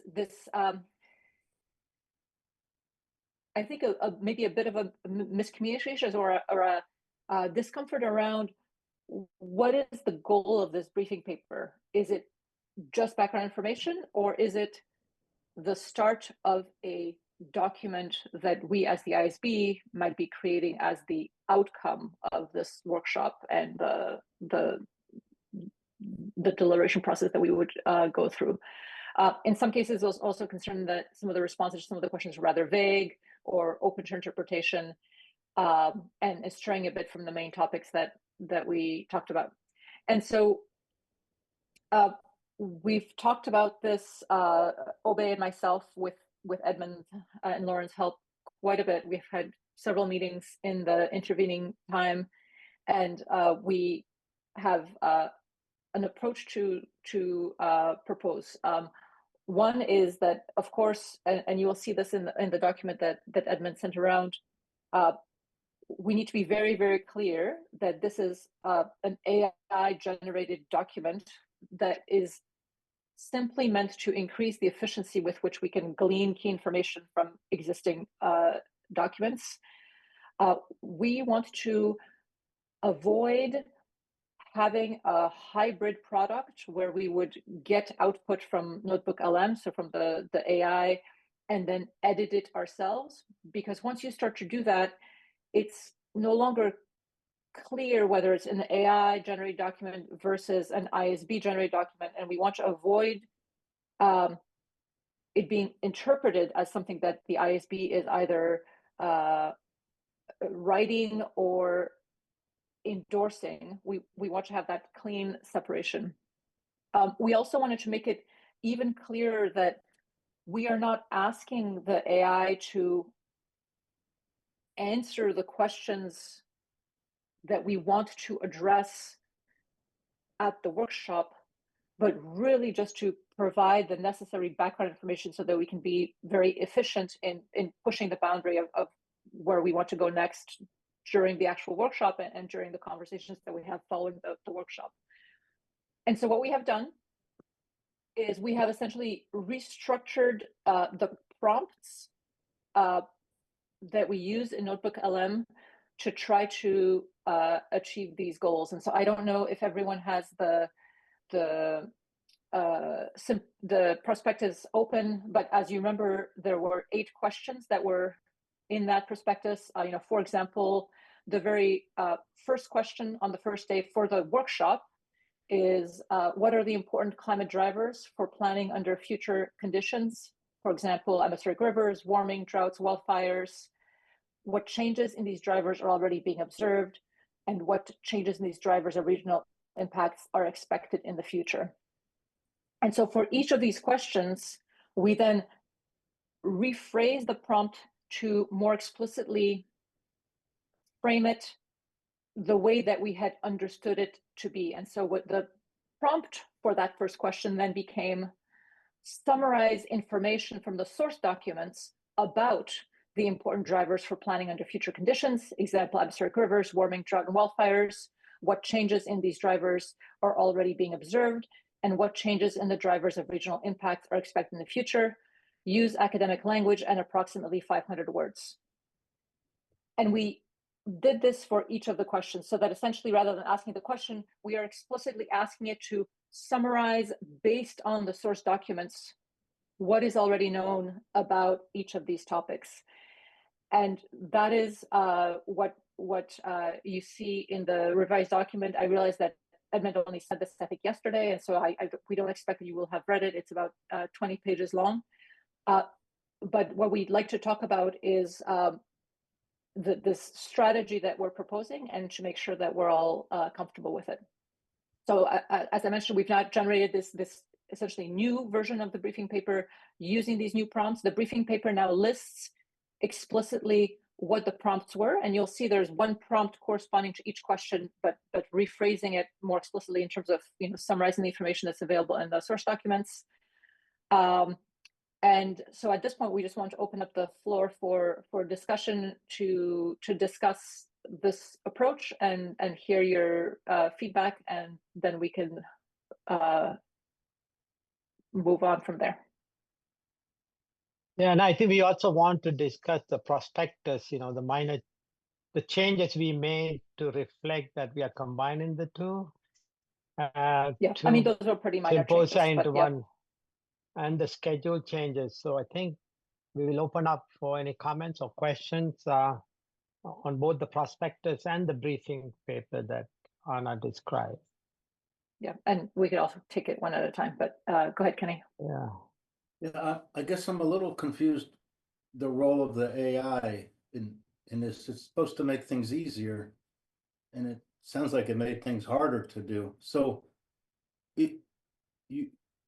normally you ask AI to do something and then you edit it, and you put on the top a disclaimer that says the initial version was generated this way, and then because we're humans, we edited it for our purposes.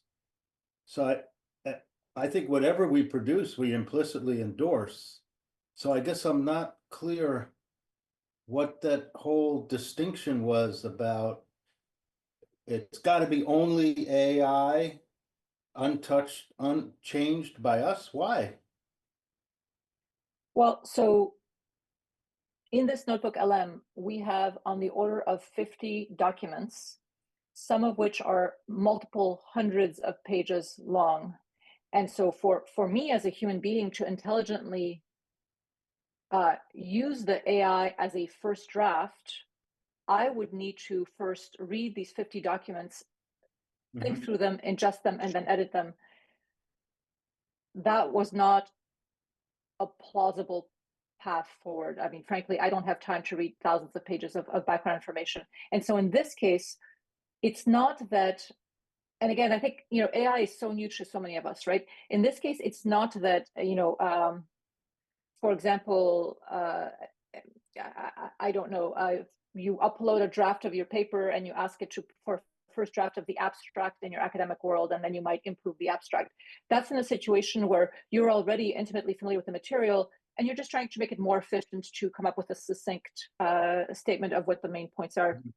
In this case, we're using the AI for a different purpose, which is to save us the time and effort required in us as human beings reviewing these thousands of pages and have it pull out a summary of those documents. So it's really to increase the efficiency of our own education rather than to help us in drafting, for example, a report. And I think that's where the confusion came in the previous iteration. And I think in the way that we had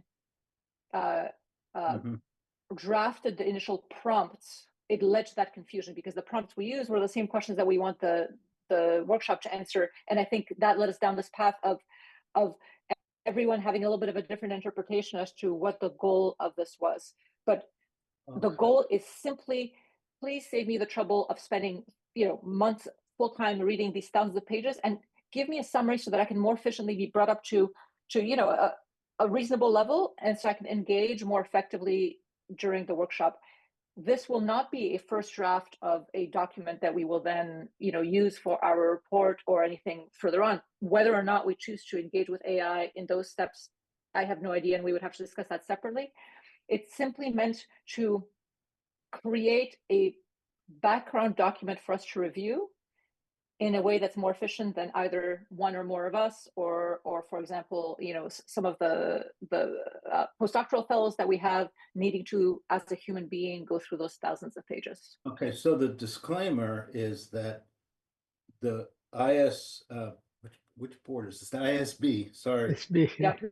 The ISB has not checked this AI product for factual correctness. That is correct. And in the document that Edmund sent out yesterday, that is at the front and made much more clear. Okay. To be completely honest, I mean, if I may, like, let's say that we had tasked, one of us or Jonathan, for example, to do this briefing paper. We would have trusted that Jonathan did a good job of reading it, and we would have, probably provide some feedback. But at some level, we're trusting a human being to have summarized these documents correctly, and in this, trusting the AI to have summarized the documents correctly. One thing that you don't see in the briefing paper is when you interact within the Notebook LM framework. Yeah.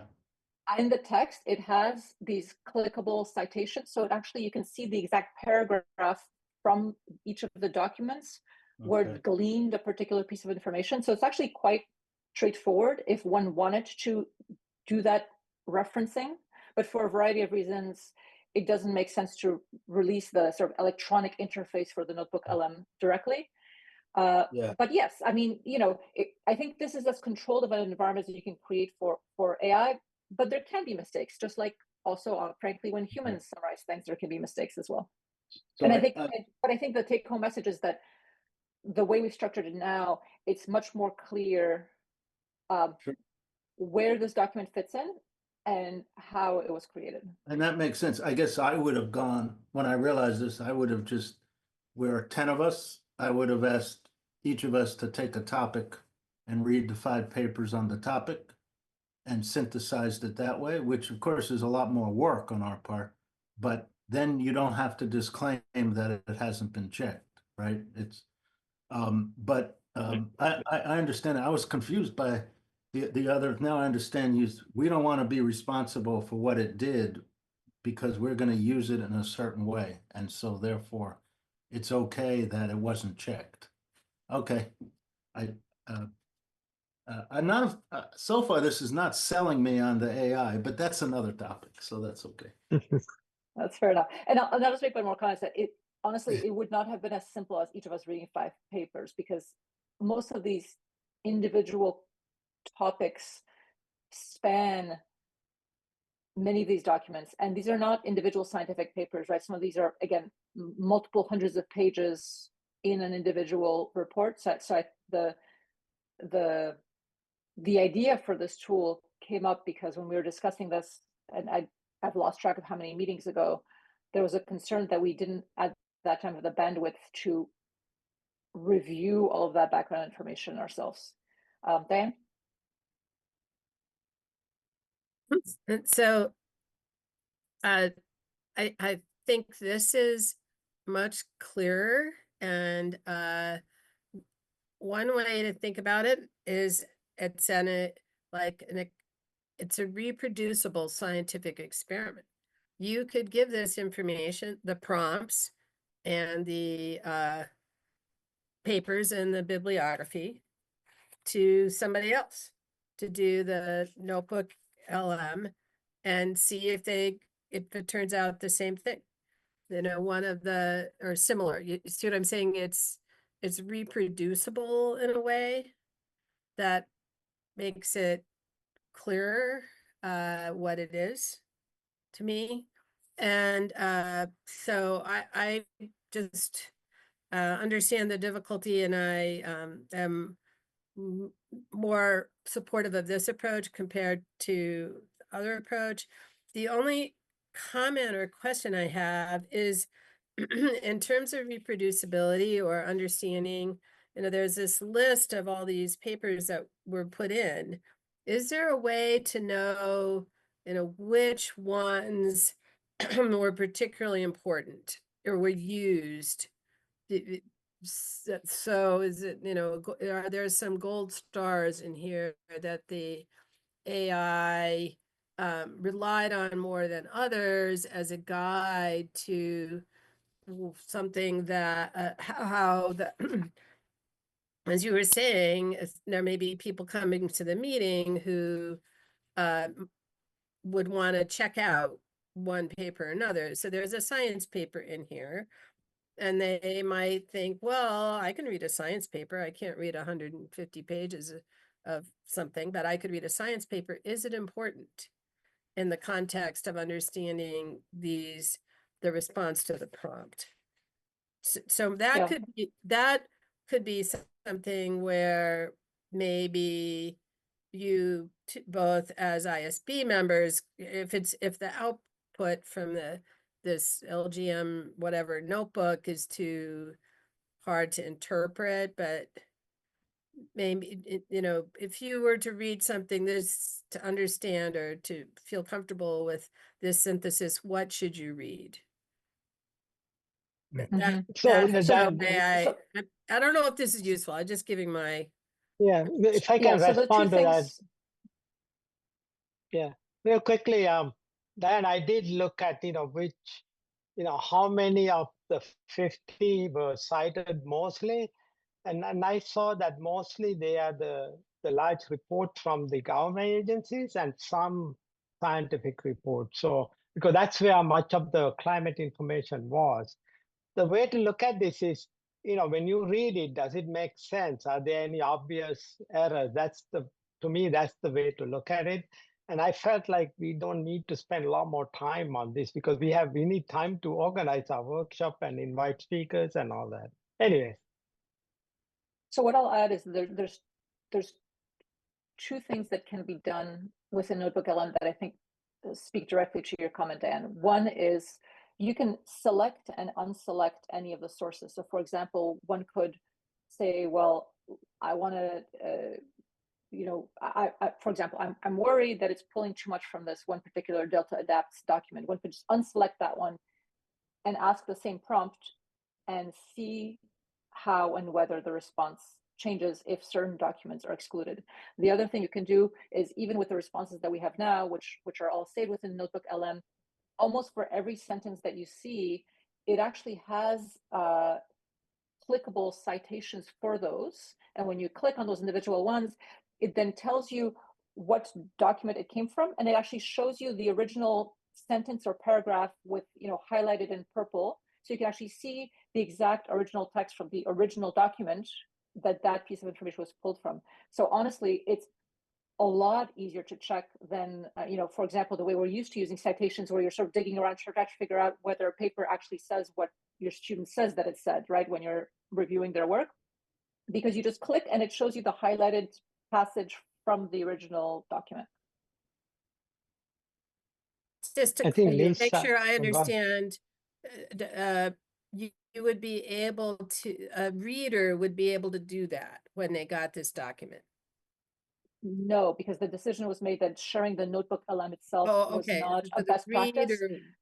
Yeah, but wouldn't for be able example, to do you know, I could go in, like, so for example, the Obe had a question when we were iterating over email about a particular sentence. And so then I just went back into Notebook LM and I clicked on the references that it cited and I sent him the original passages from the original documents so that he could interpret whether the sentence as written in the response to the prompt corresponded with the content of the original source documents. Lisa. Hi, so I've been playing around a lot with Notebook LM, so perhaps I have more confidence in it than some other board members. I'm fine with what you did to update the report, and I certainly was one of the one that raised some of those concerns about seeming to provide recommendations and things. So I think this is a good solution. I actually want to talk about the prospectus. So, and I know Obe really doesn't, but it's just one overarching comment, not a nitpicky thing.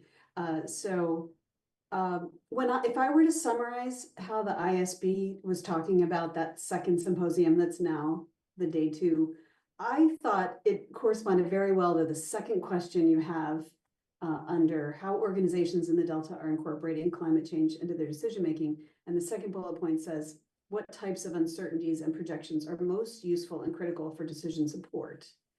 I thought that was kind of the main theme. When I read your prospectus now, I see a lot of almost like bookkeeping about, well, what are they using?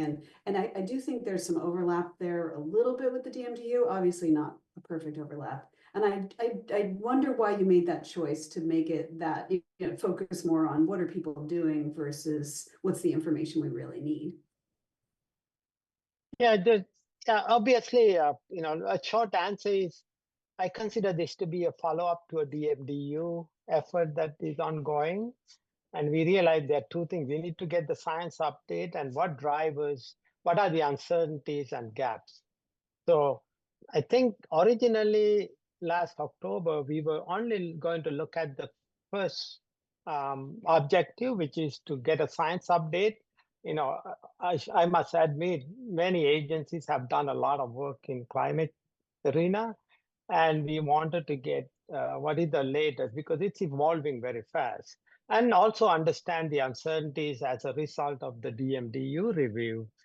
The second objective came later, that let's ask the agencies how they are using it.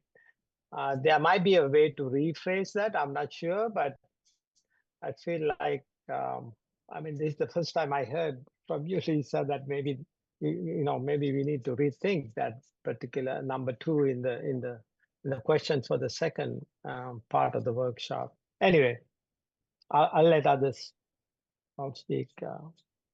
Probably not a good answer to you, Lisa, but. Can I just say something to that point? Maybe you can Yes. just combine those two things, how is it used and what are the factors that determine that it is used, that this information is used? I mean, it could be combined in the second, don't you think? Yeah, it could be. This is the chance to get feedback like that, and we will, modify that to reflect your comments. I would just add just quickly that I think it's just a matter of what are we spending the most time talking about. And so I think that's the key issue. Yeah, the original idea was to have some break between the first part of the symposium or first symposium and then, plan for the second. Now we are trying to plan both together. So it makes sense for us to see what are the linkages between the two and maybe revise the objectives accordingly. I feel we will take another look at it, is what I can say. I think we have Bob and then Virginia. Okay, well, thanks. Obe, I do have a question about the prospectus, or comment about the prospectus. I also have some comments about the briefing paper as well. On the prospectus, 2 things. I'm confused about the terms that are used in it a bit. And this is especially after reading the original version of the briefing paper. But climate change is never defined in the prospectus. As you know, it can involve all sorts of things from temperature to humidity to wind patterns, and so forth. But I think collectively we use that term, but individually we all have a different concept of what climate change actually is. So I think it'd be worthwhile really defining it as how it's going to be used in the symposium, and what aspects of it are really going to be addressed and which ones are going to be ignored for the time being. I think that would provide some clarity, because it seems as though climate change and climate drivers and other kind of related terms are used interchangeably, but they all have different meanings based on our individual perceptions. So anyway, that's one comment on the prospectus. The second has to do, and maybe this stems from my first comment, is wildfires. I don't see that as a climate driver. I see that as a response to climate change, but I don't see it as a climate driver. And there may be other things in there too that are, well, they're certainly causing me confusion, because I can't distinguish anymore between what's a climate driver and what's a climate related response that we see, that's occurring on the ground.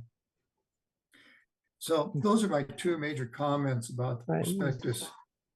Yes, maybe if I can make just a high level comment. I mean, I think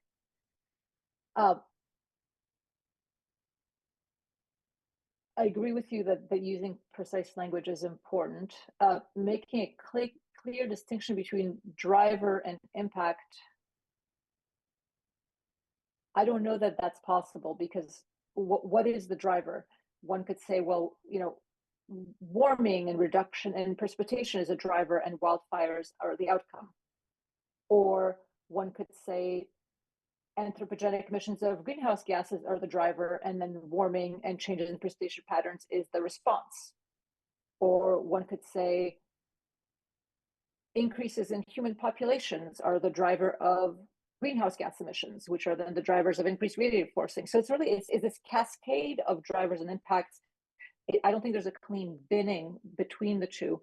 I think that in the context of the workshop, my sense is that what we're focusing on is what are the drivers of impact to the Delta system. And in that case, I would say that the wildfires are a driver of impacts to the Delta system, and that wildfires are themselves, at least in part, related to,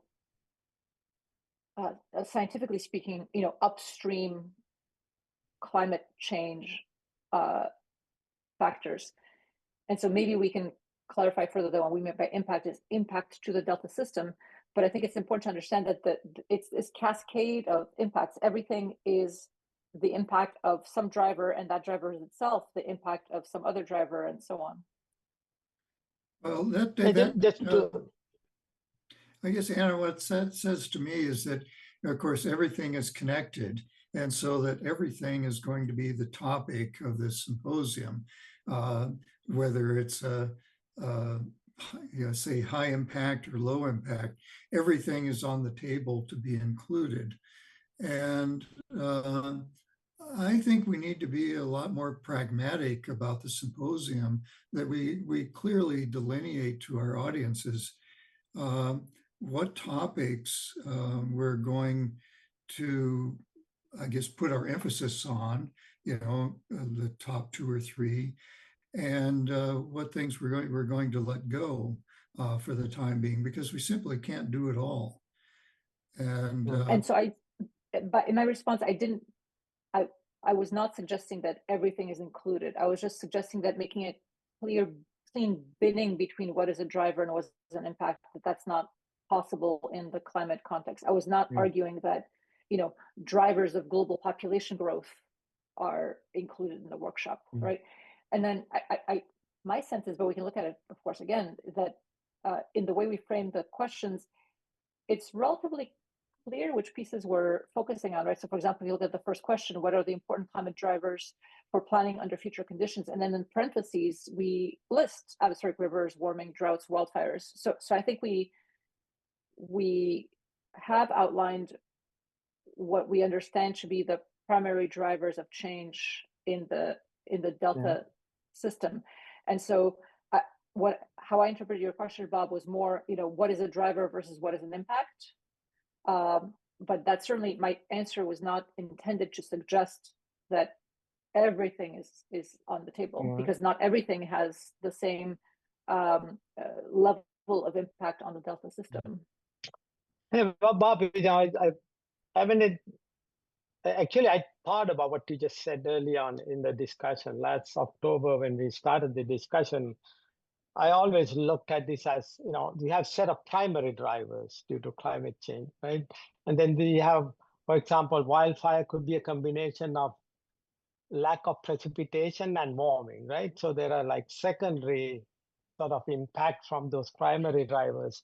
And along the way, I think we kind of combine all these primary drivers and the impacts.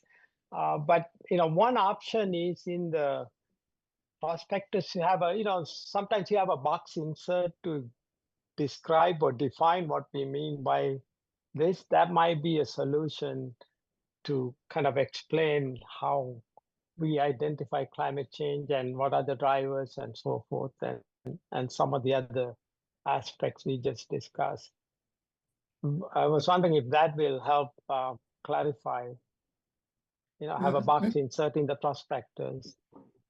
Yeah, I think for people like yourselves who are really, I guess, very knowledgeable about, climate change, whatever that means to you, it doesn't mean that it means the same thing to the rest of us who are not so well versed in climate change.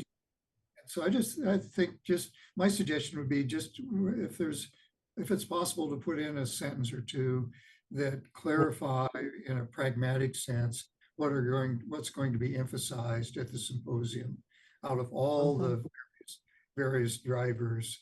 What are we going to focus on here? So that's all I'm saying in terms of that. Okay, it's a good suggestion. We'll add some sentences. On the briefing paper, boy, this could be a really long discussion and probably not appropriate for today. But originally, when I thought AI could be used I saw that as a tool to get us to, provide an initial summary of kind of what's out there, and training with the AI process with appropriate questions and so forth would give us like a first run through. And maybe you view it in the same way. But to put that out as a briefing paper for the participants in the workshop, I really worry about that, especially if we are knowledgeable about what's going on out there. I think we should really be taking that as a kind of first suggestions to us as a group, and then we use our human knowledge or our wisdom, whatever we have, empirical understanding of what's going on, to use that AI output to really develop a briefing document that not only summarizes what is known about climate change for the Delta, but also be able to use it as a bit of a prompt for telling the participants in the symposium what we would like to see out of as part of the outcome, not delineate what the outcome should be, but what we would like them to think deeply about, based on what the AI has already generated for us, and what we've edited, to make it a more robust document. Anyway, I guess what I'm suggesting is that we rethink how we use this AI generated document, and we have a much fuller discussion of it after we've all had a chance to see and read and think about version number 2, which arrived in our mailbox last night. Give us a few days to really think about this and have a much more in-depth discussion about it at our face-to-face meeting in a couple of weeks in May. So anyway, that's my suggestion, and because I think this deserves a much longer and deeper discussion than we're giving it today. We're kind of getting ahead of it. Yeah. So maybe we, I think your suggestion to have a, let's say, guidance to the workshop participants to elaborate on what we want the outcomes of the workshop to be and what we want to focus discussions on. I think that's really valuable. I think that could be, I don't know, maybe like a 2-page document that we would share with participants. I wonder if the challenge that we keep having is with the word briefing paper, because maybe the term briefing paper implies something more expansive than what the intention with the notebook LM was. So perhaps we just don't call it a briefing paper. Perhaps we just call it, summary of existing literature, and then we can provide the 50 references that were actually used in the notebook LM. I wonder if that's the crux that's leading to this discomfort. I'll be honest, Rob, I think there will be a lot of work that comes after the workshop in then creating, whether it be a report or a paper or a consensus document at that point. And frankly, I don't know whether anyone really has the bandwidth to do this twice.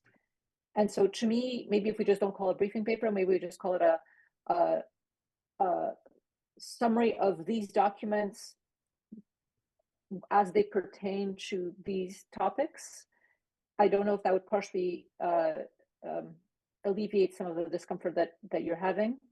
And then in addition, I wonder if, Lauren or Edmund could also speak to some of the challenges if we were to take this hybrid approach for this particular document, which again is gleaned from a very long set of large documents. But I guess maybe first to you, Bob, would that change in framing help to some degree? I think it would help a little bit, and I think that's a very viable suggestion. And I think also that we really do as a group need to have this discussion face to face in May after we've had a chance to read what you and Obey and the others have put together for us. So put it out there. Right. If I may, Bob, I think that's the plan. Today, I think what we are asking is to, with the changes that we have recommended, I know we have to go to Virginia and others maybe too, but the plan is to, get your concurrence on the prospectus with the changes we have made. I think that was sent 2 days ago as well, perhaps, and have that face-to-face discussion on the quote-unquote briefing paper in May. I think that's the plan. Yes, let me confirm that really quickly. That's the plan. Yeah. So the one thing that I will add, and I'm not sure what the solution is, but recreating the prompts and getting the answers from Notebook LM takes on the order of 15 minutes. And then the discussions we have are often much longer than the actual work. And so I think, I wonder if, I think we're spending much more time debating the document than we are actually generating the document in this case, which is of course the opposite of how we're used to operating in our academic lives otherwise. And so I wonder if having the discussion be around, we can just throw this thing out and just not have it. I think that would be a disservice, because I think it is a really useful way to get a sense of a large number of documents, but we don't have to have this. But I also don't know whether going through the minutia of things within that document makes sense, because again, it is an AI summary of these other documents. And so to me, the question really is there a pathway to getting an AI to summarize these documents that would make people comfortable? And if so, what is it? And then we'll just do it. And if not, then that's fine, and we'll set it aside. But I do, at this point, we've discussed this at multiple public meetings, and then Obe and I have worked behind the scenes and had many, many more discussions. And I can honestly tell you that we've already spent at least 2 orders of magnitude more time discussing it than actually it takes to generate the responses to the prompts. And I'm not sure how to get us out of this. I completely understand and fully respect the discomfort that some of us have more, some of us have less. I think we just need to figure out, is there a pathway that is viable? And if so, what is it? And then we just do it. And if there isn't, then that's fine. And we set this aside. I will still read it, because that's much more efficient than reading the 50 documents that we, I mean, of course I've already read it because I generated it, but I will not be able to read these 50 documents myself before the symposium. And I find a very helpful way to glean the key piece of information, and others could make different decisions, and that is fine too. Yeah. Let's go to Virginia. I think she has been waiting for a while. I think, if you don't mind, Anna. I was going to suggest that. Yeah. Okay. Well, this discussion has been good. I think it's important that you clarify what this is. I would call it a summary of selected literature, because someone's always going to say, you didn't include this, you didn't include that, and that's okay. Yep. And I think putting it out there, I'm involved in a very different activity where we hired someone to put together this summary. And then the first activity of the workshop is going to be that person presenting what they found. So given where we are, and I think the AI report is useful, maybe we can ask someone, not us, but someone who's familiar with climate change issues in this region, to lead off the presentations with a summary kind of existing conditions using the AI generated report where appropriate, and that person can kind of make that decision. So that's just kind of a suggestion. But my question that I really raised my hands for wasn't about the AI report, but I am not sure what the workshop is going to produce. And Anna just said, well, we're going to have a report, decision document, consensus document. What I would like to know is what is going to come out of the workshop. All these questions are going to be asked. What's that going to lead to? If I can respond, there has been a lot of work by the agencies. Some of them are 5 or 6 years old, maybe even older. One of the papers used in this document, briefing document, was 2014, and it was heavily cited. So I think we want to know if these speakers that we recruit, what do they think about the current status as in this paper, and what is the latest in terms of projections and the latest knowledge on the climate outlook for future conditions. That's what we hope to glean from this workshop and document that. What is the latest thinking on atmospheric rivers, what will happen to them in the future, the mega droughts, all these topics that these of interest to us. And I think the science is evolving very rapidly. I think original idea was to get the latest thinking on the climate outlook. Okay, well, that's really helpful to know, and I think you should kind of say that. And what factors are affecting the projections for the future? Because clearly, as we said earlier in the meeting, Yeah, the political situation is coming into play. right. And I also want to agree with Kenny's question about, I think it was Kenny, maybe it was Bob, defining climate change, because in certain regions of the world, it's these extreme events that do result from climate change that are having more effect than temperature or precipitation per se. And Right. that's been documented. I don't know if that's true for California or not, but I would think in some parts of this region, it could be true. Yeah. I think Diane is next and Tanya, if I read this Yes, correctly. I Okay. just had an idea that may not be useful for a intermediate way to use this notebook LM is to call it, have it generate an annotated bibliography in some way. You know, you just, here's the prompts that these papers are related to, and then have some annotation. You know, Obe, you just mentioned that one of these reports is from 2014, or maybe that's more of a neutral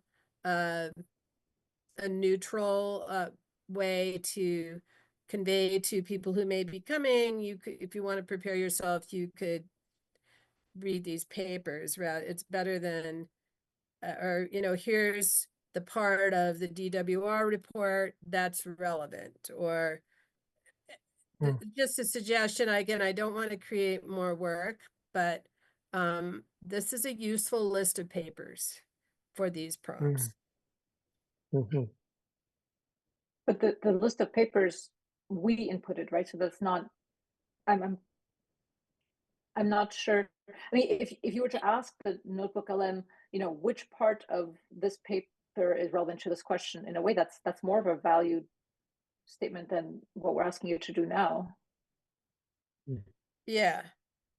Well, I understand, but you know, this list is a very long list of papers. Someone wants to prepare, what should they look at? Might be a more, rather, you have a goal for synthesis of all this work, and that seems to be what we're concerned about. One concern that it's an AI generated synthesis, whereas if we want to, you know, a bit of a guide at least prior to people showing up. This is just a suggestion. Okay. I think Tanya is next, and Inga, maybe you had the final word. I don't know. Go ahead, Tanya. Yeah, this has been a good discussion, and I guess on the notebook LM, yeah, I've played around with notebook LM as well, and I like how you've just made it clear that this is a notebook LM product. This is not an ISB interpretation, and I'm very much in favor of that, and calling it maybe something other than a briefing document sounds perfectly fine. I guess what I would encourage us to do on the ISB before our next meeting is to then read through the current output from the notebook LM and to really think about whether the prompts are getting us the information that we would want to really synthesize, and think about whether or not there could be some tweaks to the prompts, because as you mentioned, Anna, it doesn't take that much work to change the prompt and you know, elicit another output from a given prompt. So if there's something in the prompt that we could, you know, make more precise or really get more clarity from, you know, that might be where we could put our eyes to this. Is not, you know, reading it and trying to nitpick the how the notebook LM phrases things or what words they're using, but you know, is the main point from the prompt helpful for us to convey information to the audience that we're thinking about. So I would just encourage us to do that. And to Diane's point, it could be interesting to ask the notebook LM to do something like an annotated bibliography where you could ask it to summarize each document as it relates to what we are understanding about the impacts of climate change or the nature of climate change in the Delta. And you could have a very short summary that it pulls out for each document that's separate from the synthesis document. So it could be 2 documents that you could then go and, if you wanted to read more about each of the individual documents and understand what the main points were, that seems reasonable. And And that makes then- sense, although most of these documents have either an abstract or an executive True. summary. And so presumably on a per document basis, that information is available already. I guess the question is that information specific to the Delta context or specific to the types of questions that we're asking for the workshop, which may or may not be, but yeah. I really liked your suggestion of edit. But yeah, I hear you. I really liked your suggestion of editing the prompts, and I don't know exactly. I guess Edmund would have to let us know what the mechanism would be, but I almost wonder if people wanted to send either tweaks to prompts or examples of prompts to Edmund, and maybe he could collate those and send them on to me and or Obey. Then we could just run through them.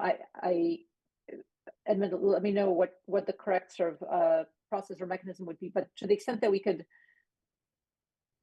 do some of this iteration between now and the next meeting, we might be able to be much more efficient in finalizing how and whether we want to use this.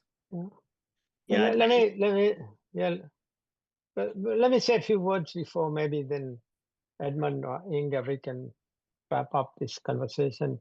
I feel like we should invest a little bit of time to finalize this in whatever form that's useful. Or we shouldn't spend more than a month at most. We need to start planning for the workshop and start inviting the speakers. And we already invited some. We had to tell them, sorry, we are not going to be having this in May. We need to start contacting those people and prepare the agenda. And so whatever we do, I feel like we shouldn't spend a lot of time. Maybe we can simplify this further and then, call it done or something. Yeah. But anyway, that's kind of my point. I don't know, Edmund, you want to say something before Inga? I mean, that makes sense, Obey. I didn't want to suggest that we start really like, doing like multiple versions of this. Right. Just to kind of, as we're reading it with an eye towards not really finessing the wording, but if there's something with the prompt that could make it a little tighter or a little clearer, it's more on the margins type of things that I was thinking. Yeah, that makes it, that's a good point. I mean, that's what Anna did after the first round. We were concerned about the recommendation part that Lisa mentioned. Then I think she tweaked the prompts, but so that it doesn't come out as a recommendation, because we didn't want to have this on even though it's not an ISB document, we didn't want it to generate recommendations or conclusions that we haven't had time to review all those documents to verify. But anyway, let's go. Yeah. Anyway, I'm going to jump in now because we're going to have to, first of all, we'll have time to discuss the briefing paper, or actually I like Virginia's suggestion of summary of select literature, which really nails it down much more. At our next meeting. So we already included a discussion of the prospectus, so which was the next point. So I think if nobody has has any comments on the prospectus, maybe I'm not sure if I can summarize appropriately, but there were a few points, suggestions made in changing some of the wording, regarding defining climate change, the needs for management, the goal of the workshop, maybe say that more explicitly based on what you said, Obi. So those are minor changes. So does anybody have additional questions regarding the prospectus at this point? No, I don't see any hands. So because then the next steps today are that we need a motion to approve the prospectus, the final prospectus, which will, after including today's comments, and then the briefing paper, for better wording, for lack of a better word right now, we'll discuss more next time. And based on our reading of the new version, of the latest version of it, right? So, so that would be the plan of attack. So, do we have a motion? So I make the motion, then approve the revised prospectus, with the changes that were suggested today, and approve that particular revised version today. If I guess Odie not comfortable, we can defer that, but at least we can finish this prospectus part today, if possible. I second the motion. Okay, super. Second. Thank you, Lisa. Okay. All right, great. Before we do the vote, I have to, are there any public comments here, Edmund? Yes, we have one from Deirdre Desjardins. Deirdre, you should have the ability to unmute your microphone. Thank you. Thanks.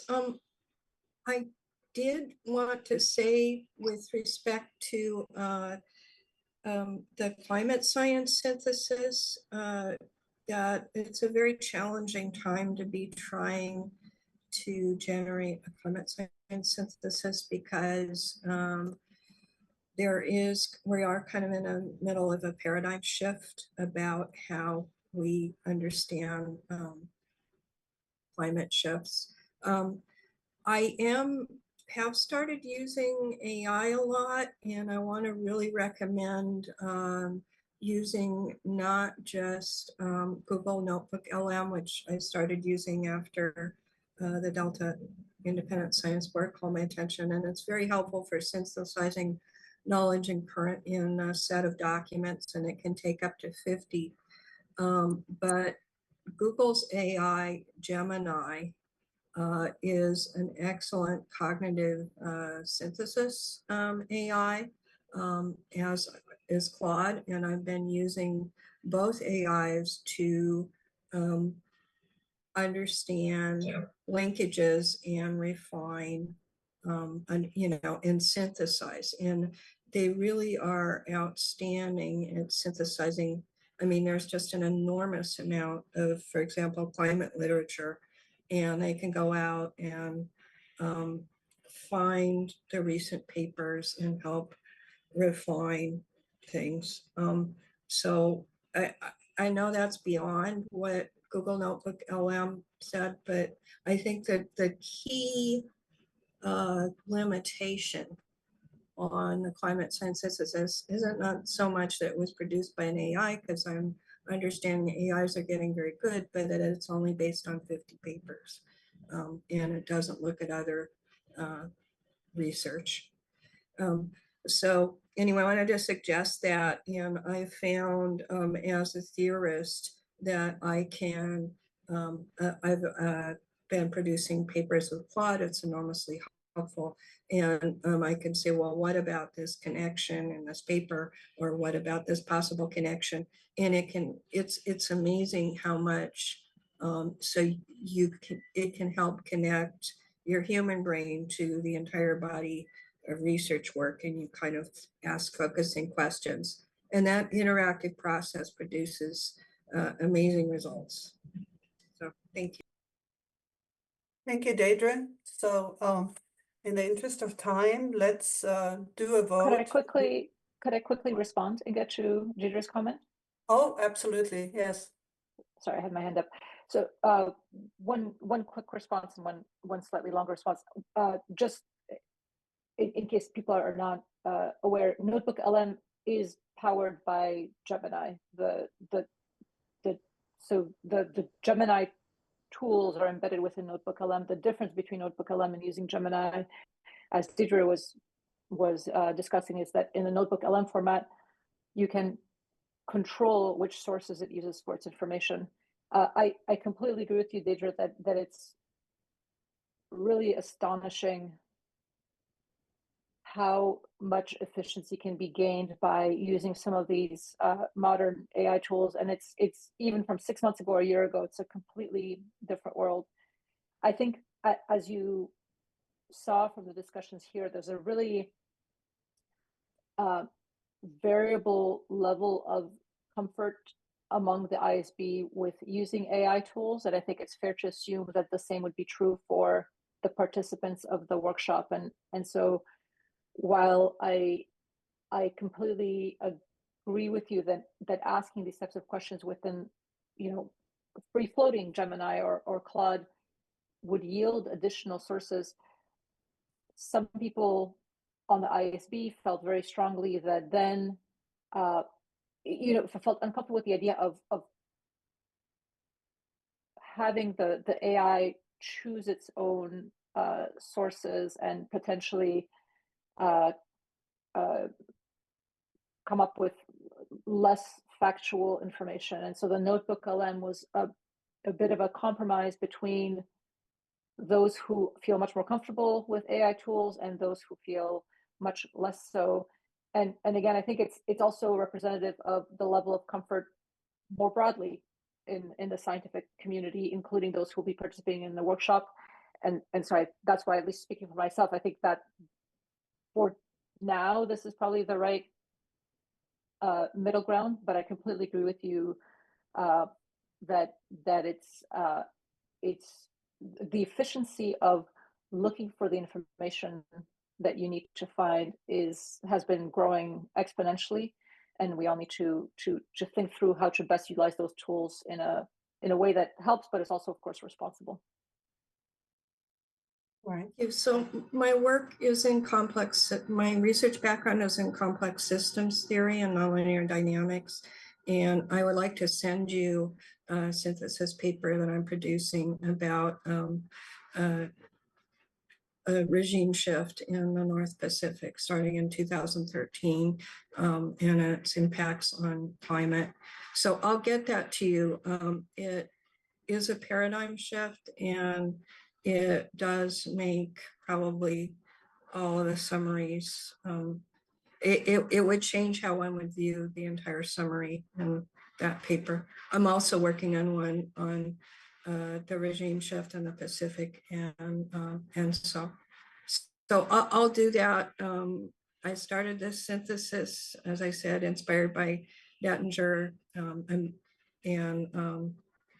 I've got it fairly far along. I'm realizing it's significantly difficult. It's a huge challenge for climate adaptation, especially given recent federal reduction to get this latest information into climate adaptation. I am trying to help with it. I'll get you the draft synthesis so you can see what an interaction. This is guided by my own very large literature search. And you need a human to kind of look at things and interact and guide the questions that are asked. And it is a product of, it's a co-production. We're calling it relational epistemology. It's a co-production of knowledge with AI. Thank you, Deidre. Do we have any other public comments? There are none.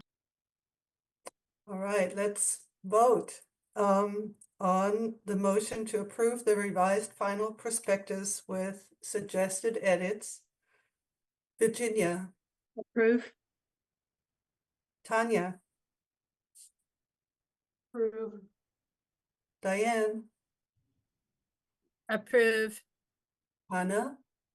Approve. Bob, Yes, approve. Obi, Approve. Kenny, Approve. Lisa, Approve. and I myself approve too, so the motion passes. Thank you all. We are running behind, as you can tell from my pushing ahead. So agenda item 5 is a discussion. Actually, I think it's too early to have a discussion on the contaminant monitoring review. I'll give you an update and then we'll decide on that. So we are planning to conduct a review on contaminant monitoring and risk assessment in the Delta. The review leads have addressed comments from February, and a draft prospectus is put out for public comments. Public comments are due May 12th, and the ISB members will also have until then to provide further comments. It has been circulated to the mailing lists of the IEP stakeholders, IEP Contaminants Project Work Team, Delta Regional Monitoring Program, Delta Stewardship Council, Maven's Notebook, and Delta e-News. The IEP Contaminants Project Work Team has asked me to present an overview of the proposed review on May 2nd. And there's quite a number of people on that list that we also were intending to interview, so their input is very important. We will use the meeting to discuss, we will use this meeting, actually, was supposed to discuss any public comments received, but so far, if I understand right, Edmund, we don't have any yet, do we? That's correct. None received to date. Okay, none received to date, so we don't need to discuss that. As we seek public comments on the prospectus, we are also trying to schedule some informational presentations for us here. And the latest update on that is that we have a presentation on the Delta Regional Monitoring Program scheduled for our May in-person meeting. So that's great, thank you. Are there any questions at this point? Oh, yeah, so several of you, Jonathan and Bob, have said that they would also like to dial into that contaminants work team meeting on which is next Friday. So it's open to anybody. So if you have an interest, please let us know, and I'll tell the lead on that, tell the organizer. So any questions from your side at this point?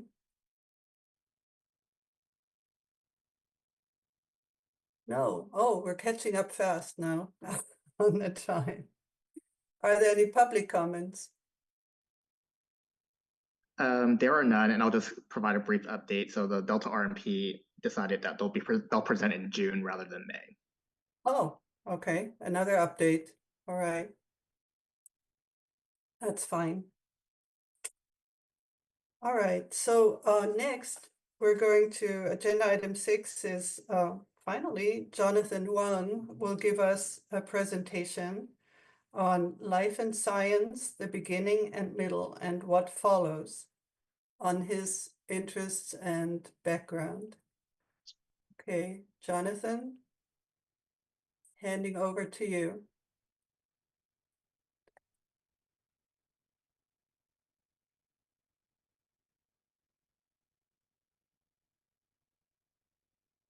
Great, thank you. I know we're a little behind, so I'll try to be concise with my speaking. But you don't have to be. That's fine. but I know this title could be a little vague, so I just want to start out with a little kind of overview.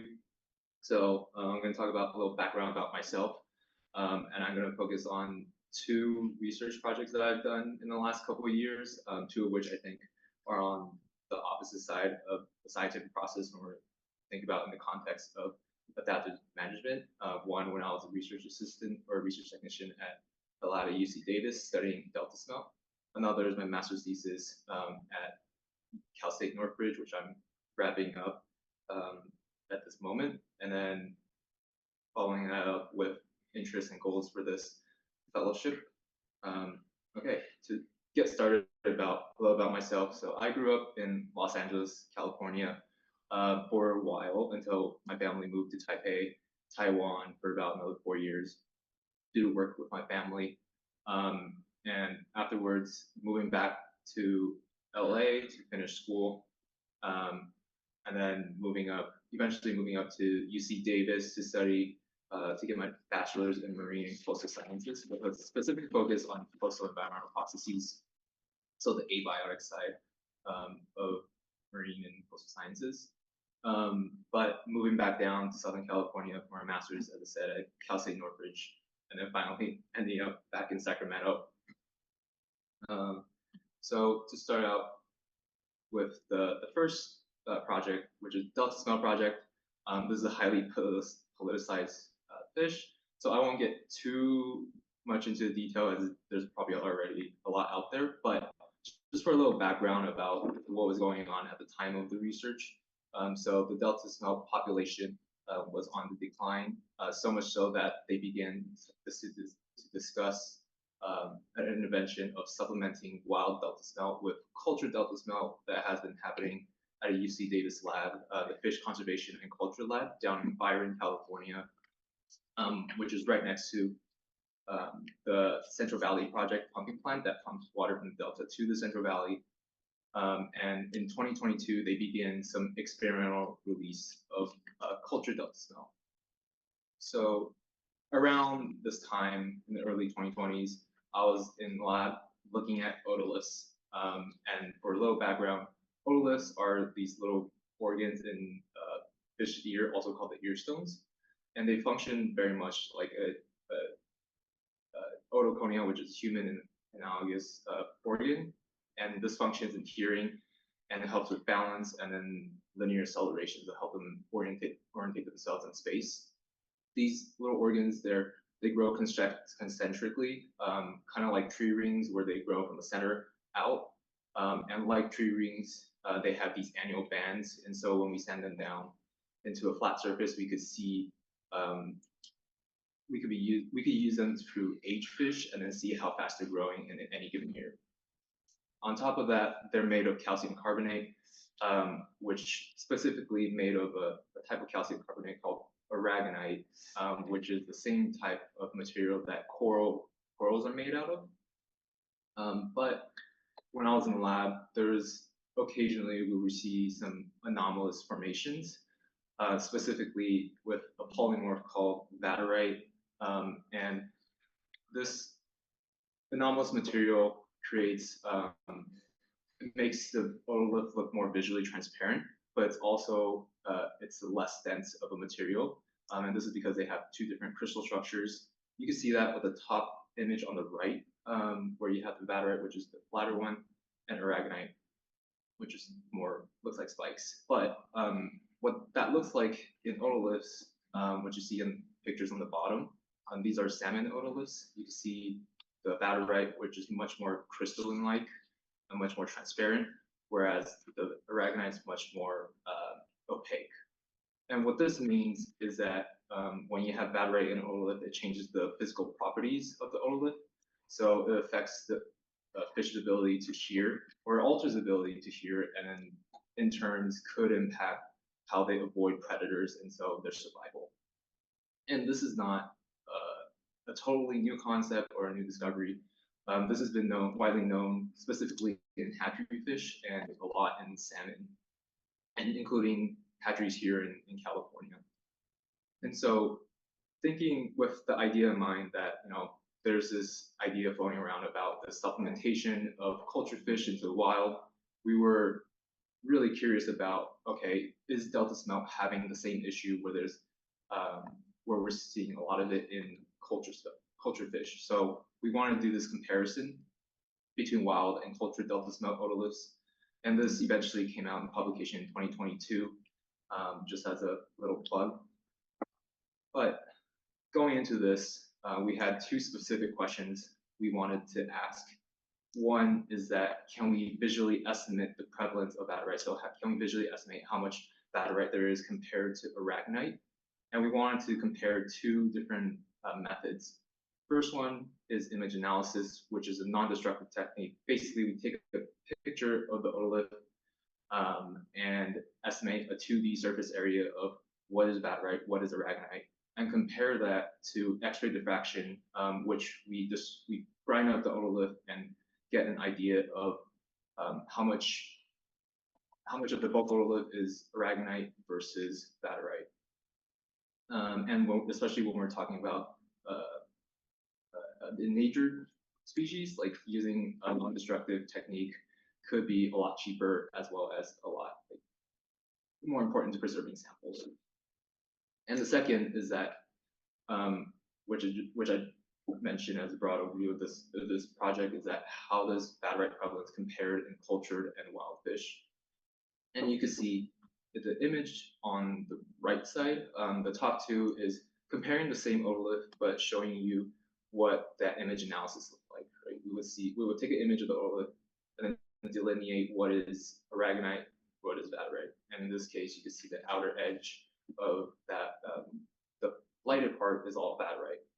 And we also, as a reference for a later graph, we also categorize the otolith as how much percentage of badarite it is. And category 1 is essentially aragonite otolith, and then category 4 is having a lot of badarite.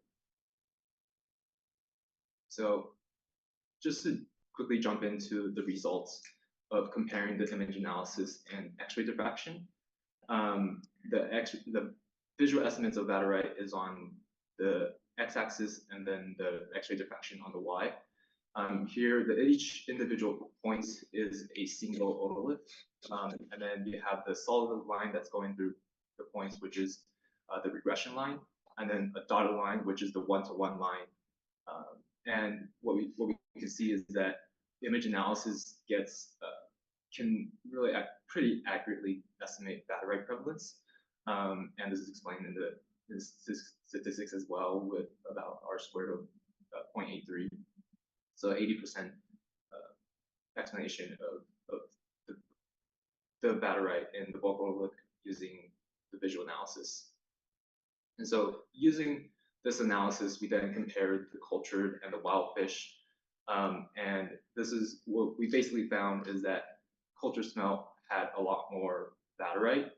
In the pie chart on the right, you can see that's the percentage of fish with some sort of badarite in the otoliths for wild fish. And on the left is cultured fish.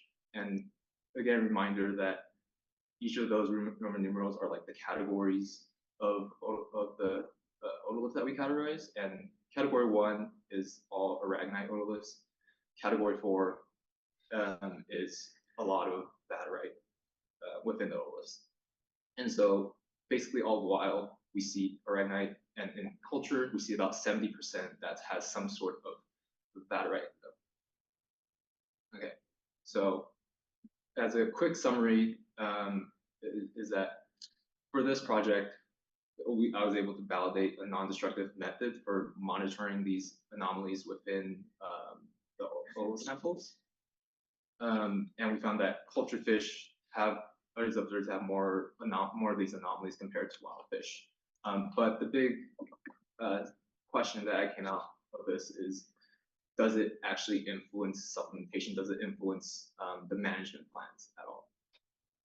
And so after I left this project, there have been news continue to come out in that they're continuing to release these cultured fish as a management plan for Delta smelt, with the hope of eventually having a self-sustaining population, which means for this project that there's a potential for direct application of these methods for in monitoring this management plan. And one of the key word is that there's a potential for it. And so as I was finishing up this work and moving on to others, it was something that kind of started brewing in my mind, is that we can have this directed science project that could be very useful for management, but will it actually happen? So with kind of that framework in mind, when I moved on to my master's project, I eventually found a project that looked at fish population dynamics on an artificial reef. And just to start out with, as a background, artificial reefs are essentially any structures in the ocean, seafloor that creates a hard bottom structure. So it could be something like concrete that's thrown in the ocean. You can have existing structures like oil rigs, or sunken battleships that you see on the far right. Or it could be some sort of custom structure that people design to be used as this artificial reef, with the intention of generally to increase fisheries, as well as replacing degraded habitat within the ocean bed coasts. And so for this particular project, I was focusing on an artificial reef in Southern California called the San Juan Nuclear Generating Station. This artificial reef was originally built to mimic nearby rocky reefs or hard bottom habitats, with the intention of mitigating damages that's caused by the operation of a nuclear power plant. And so they built this artificial reef to mitigate damage, but they also had a continuous monitoring of the conditions soon afterwards. We're using visual surveys along transects to estimate multiple different survey data. But today I'm just going to focus on fish length and abundance data that they've collected. And using this, they're hoping to meet their management goal, which is to maintain a certain amount of fish standing stock, so amount of fish on the artificial reef per year, as well as maintaining a healthy kelp forest habitat.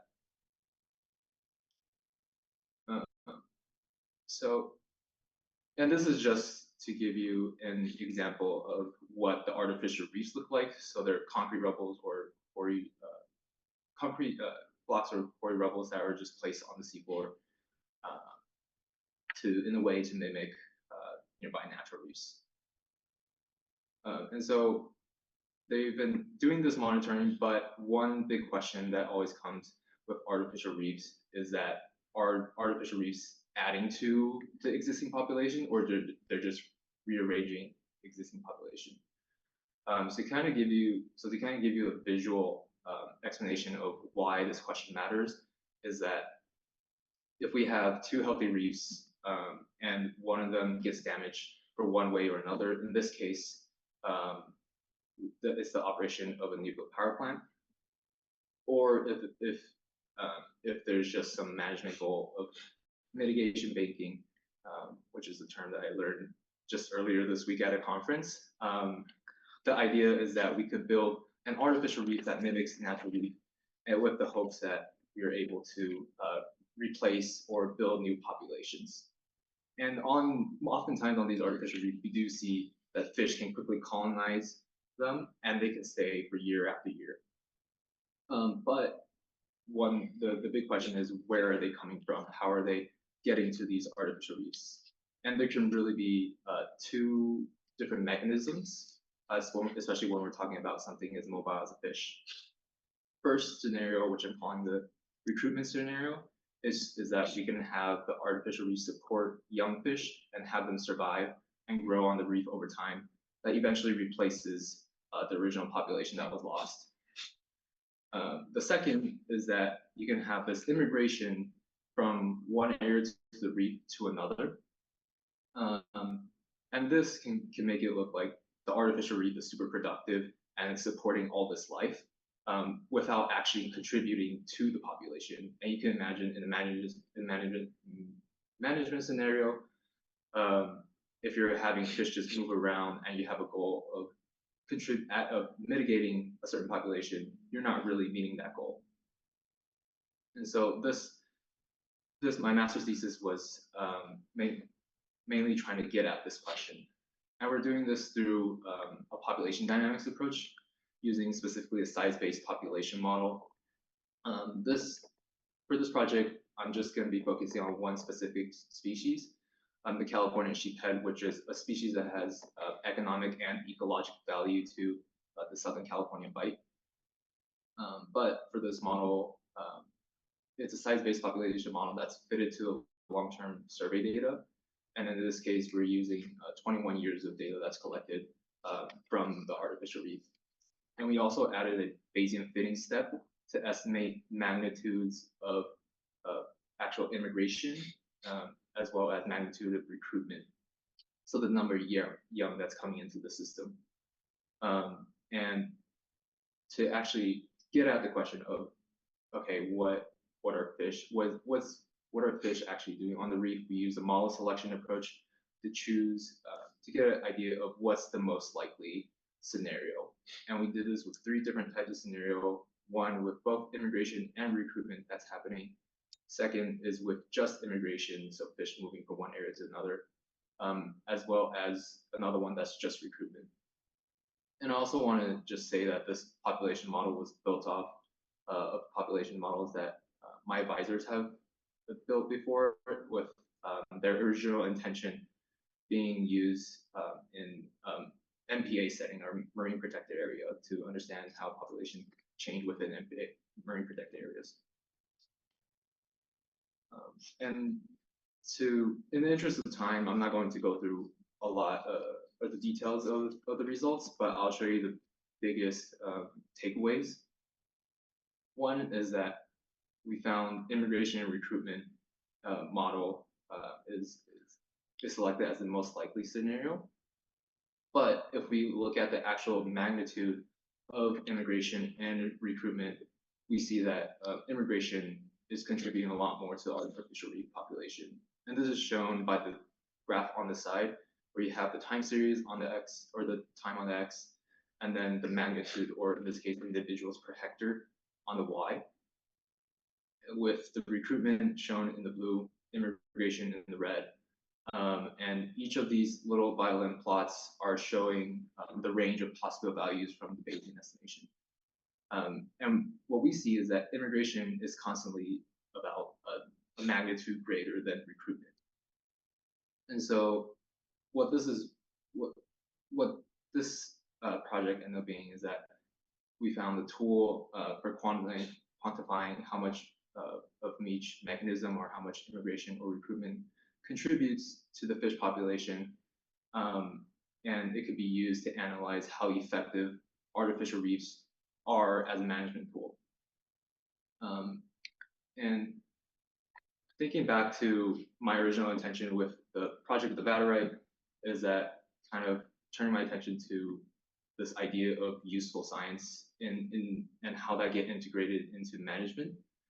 When we're thinking about this project with the artificial reef, there is actual management plan that's actually being developed, so specifically within the California Artificial Reef Program.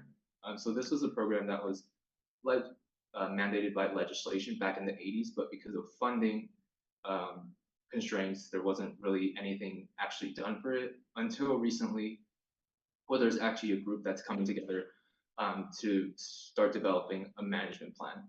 So my hope is that this tool can be used as part of the portfolio that they have to help manage and the effectiveness of artificial reefs. And this, again, kind of bringing back to what I mentioned with the last project in the OLIF, is that there's this lingering question of like what follows the science, and is where my interests lie, at least in the context of this fellowship.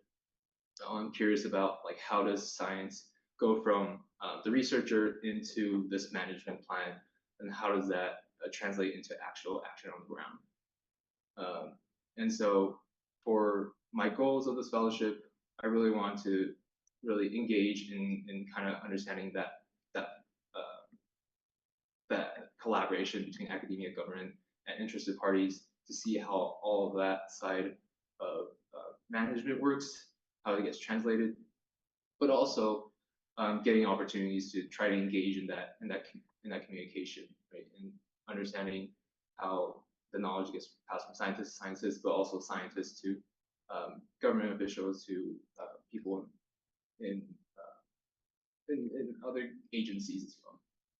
And lastly, I think I wanted to continue to develop as a scientist, continue to develop the writing skills, as well as ability to synthesize information, and to also expanding my tool set as a scientist, looking at geospatial tools as well as social science methods. And so with that, I'm going to close with what happens about my life, what happens following the fellowship. And as of right now, I'm open to the possibilities. I'm thinking of taking this year as a chance to explore different options, different avenues. But for as an example of what I'm thinking, I'm considering maybe going back for a PhD, or I could see myself staying within the government's agency system, maybe a similar role as what the Delta Stewardship Council plays as an intermediary between science and policy, or exploring out to work with other nonprofits or NGOs as maybe a scientist role. And with that, thank you. Thank you so much, Jonathan, for that overview. Very nice presentation. And I want to profusely apologize for not properly introducing you. For those of you who don't know, he's our new California Sea Grant State Fellow, and he'll be with us for about 12 months. He just started in March, and has been helping with both the Contaminants review and planning the Climate Symposium. So that was the brief version. Thank you so much. Do you have questions for Jonathan? Lisa? Hi, Jonathan. Thanks. That was a wonderful presentation, and you've certainly done some very interesting work. I have to say your latter work on the net effect of artificial reefs just warms my heart, but I wish you had done this 20 years ago. So, and I'll just tell you this little story because it very much relates to your goal to make your work management relevant, decision relevant. Maybe about 20 years ago, my university partnered with government and NGOs to test the effectiveness of these artificial reefs. But it was more about measuring what materials were going to work, and they did measure sort of fish abundance, which is very hard to do here in the Bay. It's very murky water, and so they didn't necessarily get good results there. And then they came to me and they said, we want you to show us the value of doing these artificial reefs. And I said, well, what's the net effect on fish? Are you just detracting them, or just the question you posed? And nobody could answer that question. I said, well, then I can't value what you've done. And of course, if we'd had that information, then that could have helped promote the project or kill it, depending on what the answer was. So I really appreciate that. That's very management relevant, and I hope you'll continue to pursue such activities. So thanks so much. It was definitely one of the things I was talking about with my advisor, and when this came up, it was like almost a no-brainer because it was just a different project from what I was more used to, which at the time was more of ecology questions, but this is using like a population dynamics approach to really answer a very specific or discrete, not discrete, but I'm losing my words, but this mechanism that is really hard to identify.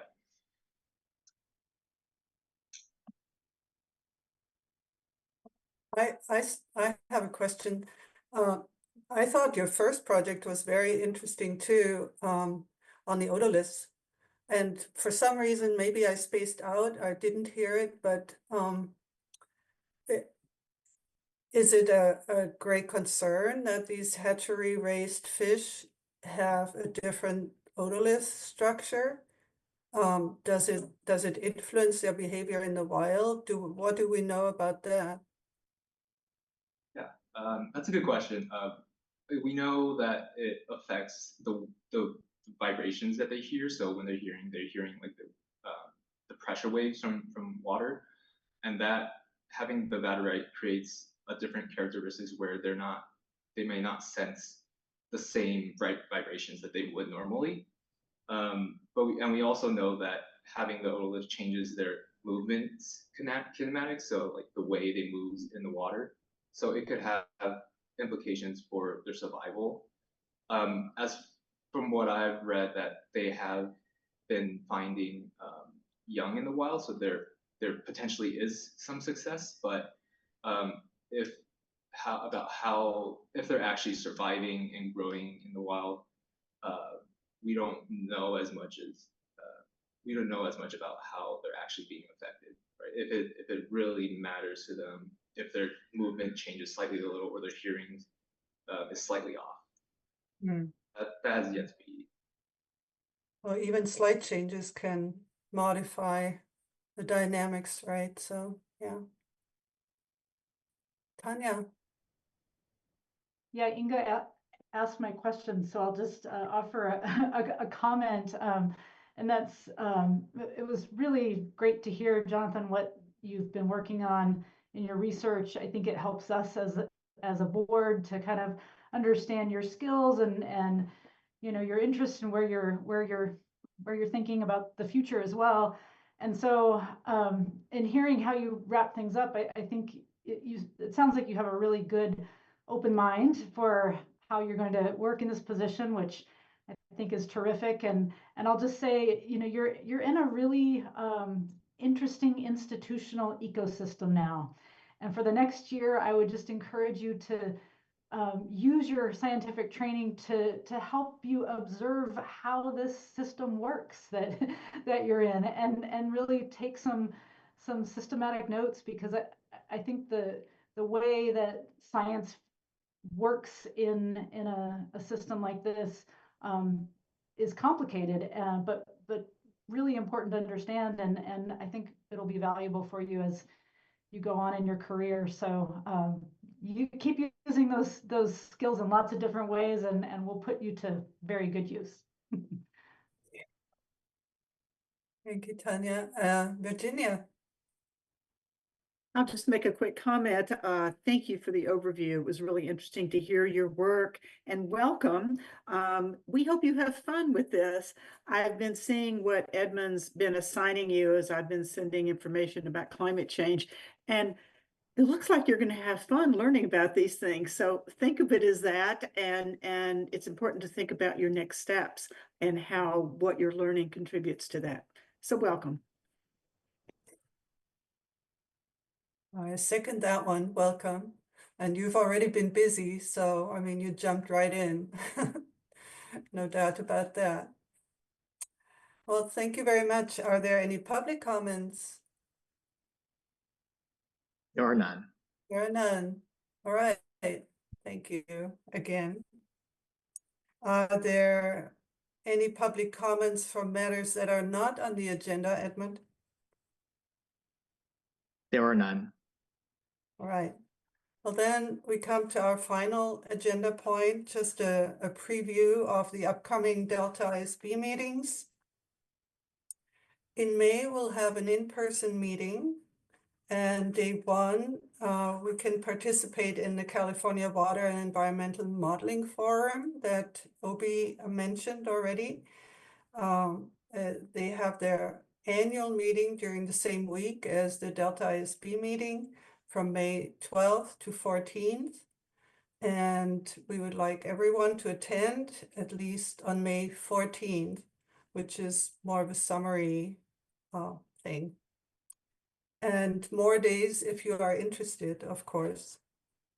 This is not a meeting of the Delta ISB, and no matters subject to the jurisdiction of the Delta ISB will be discussed. So this is May 14th that we were talking about.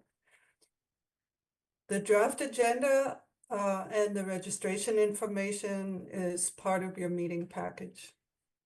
On day 2, May 15th, we will have our in-person meeting. we will get a report from the Delta lead scientist.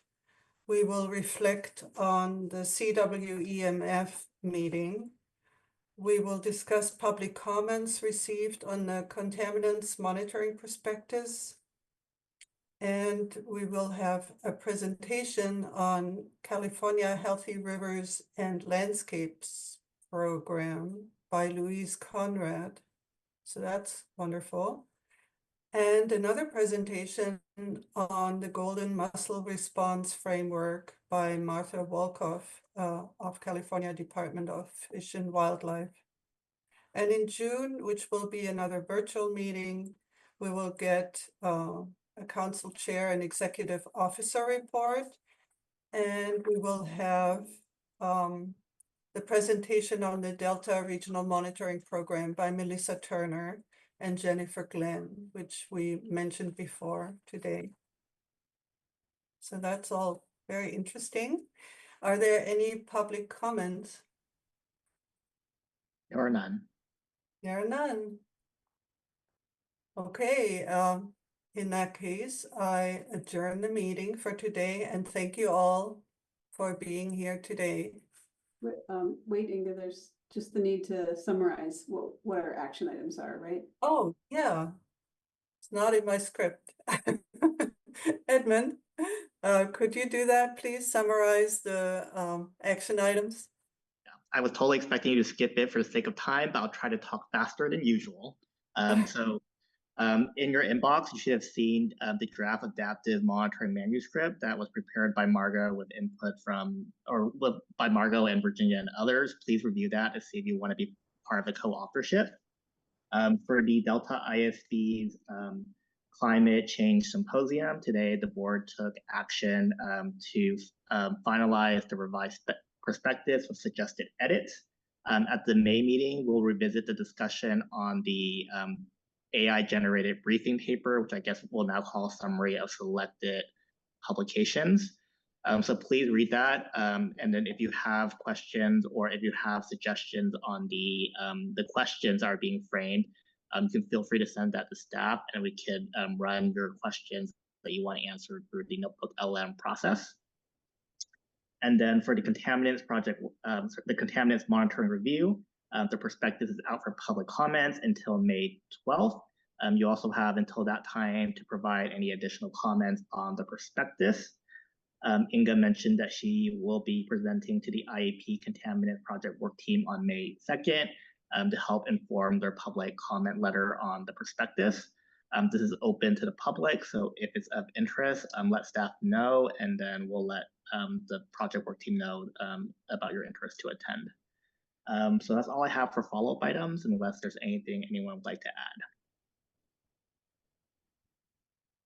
Don't see any raised hands. Thank you, Lisa, for the reminder. And there are no public comments. No public comments. In that case, I adjourn the meeting now. Thank you. Good to see you all.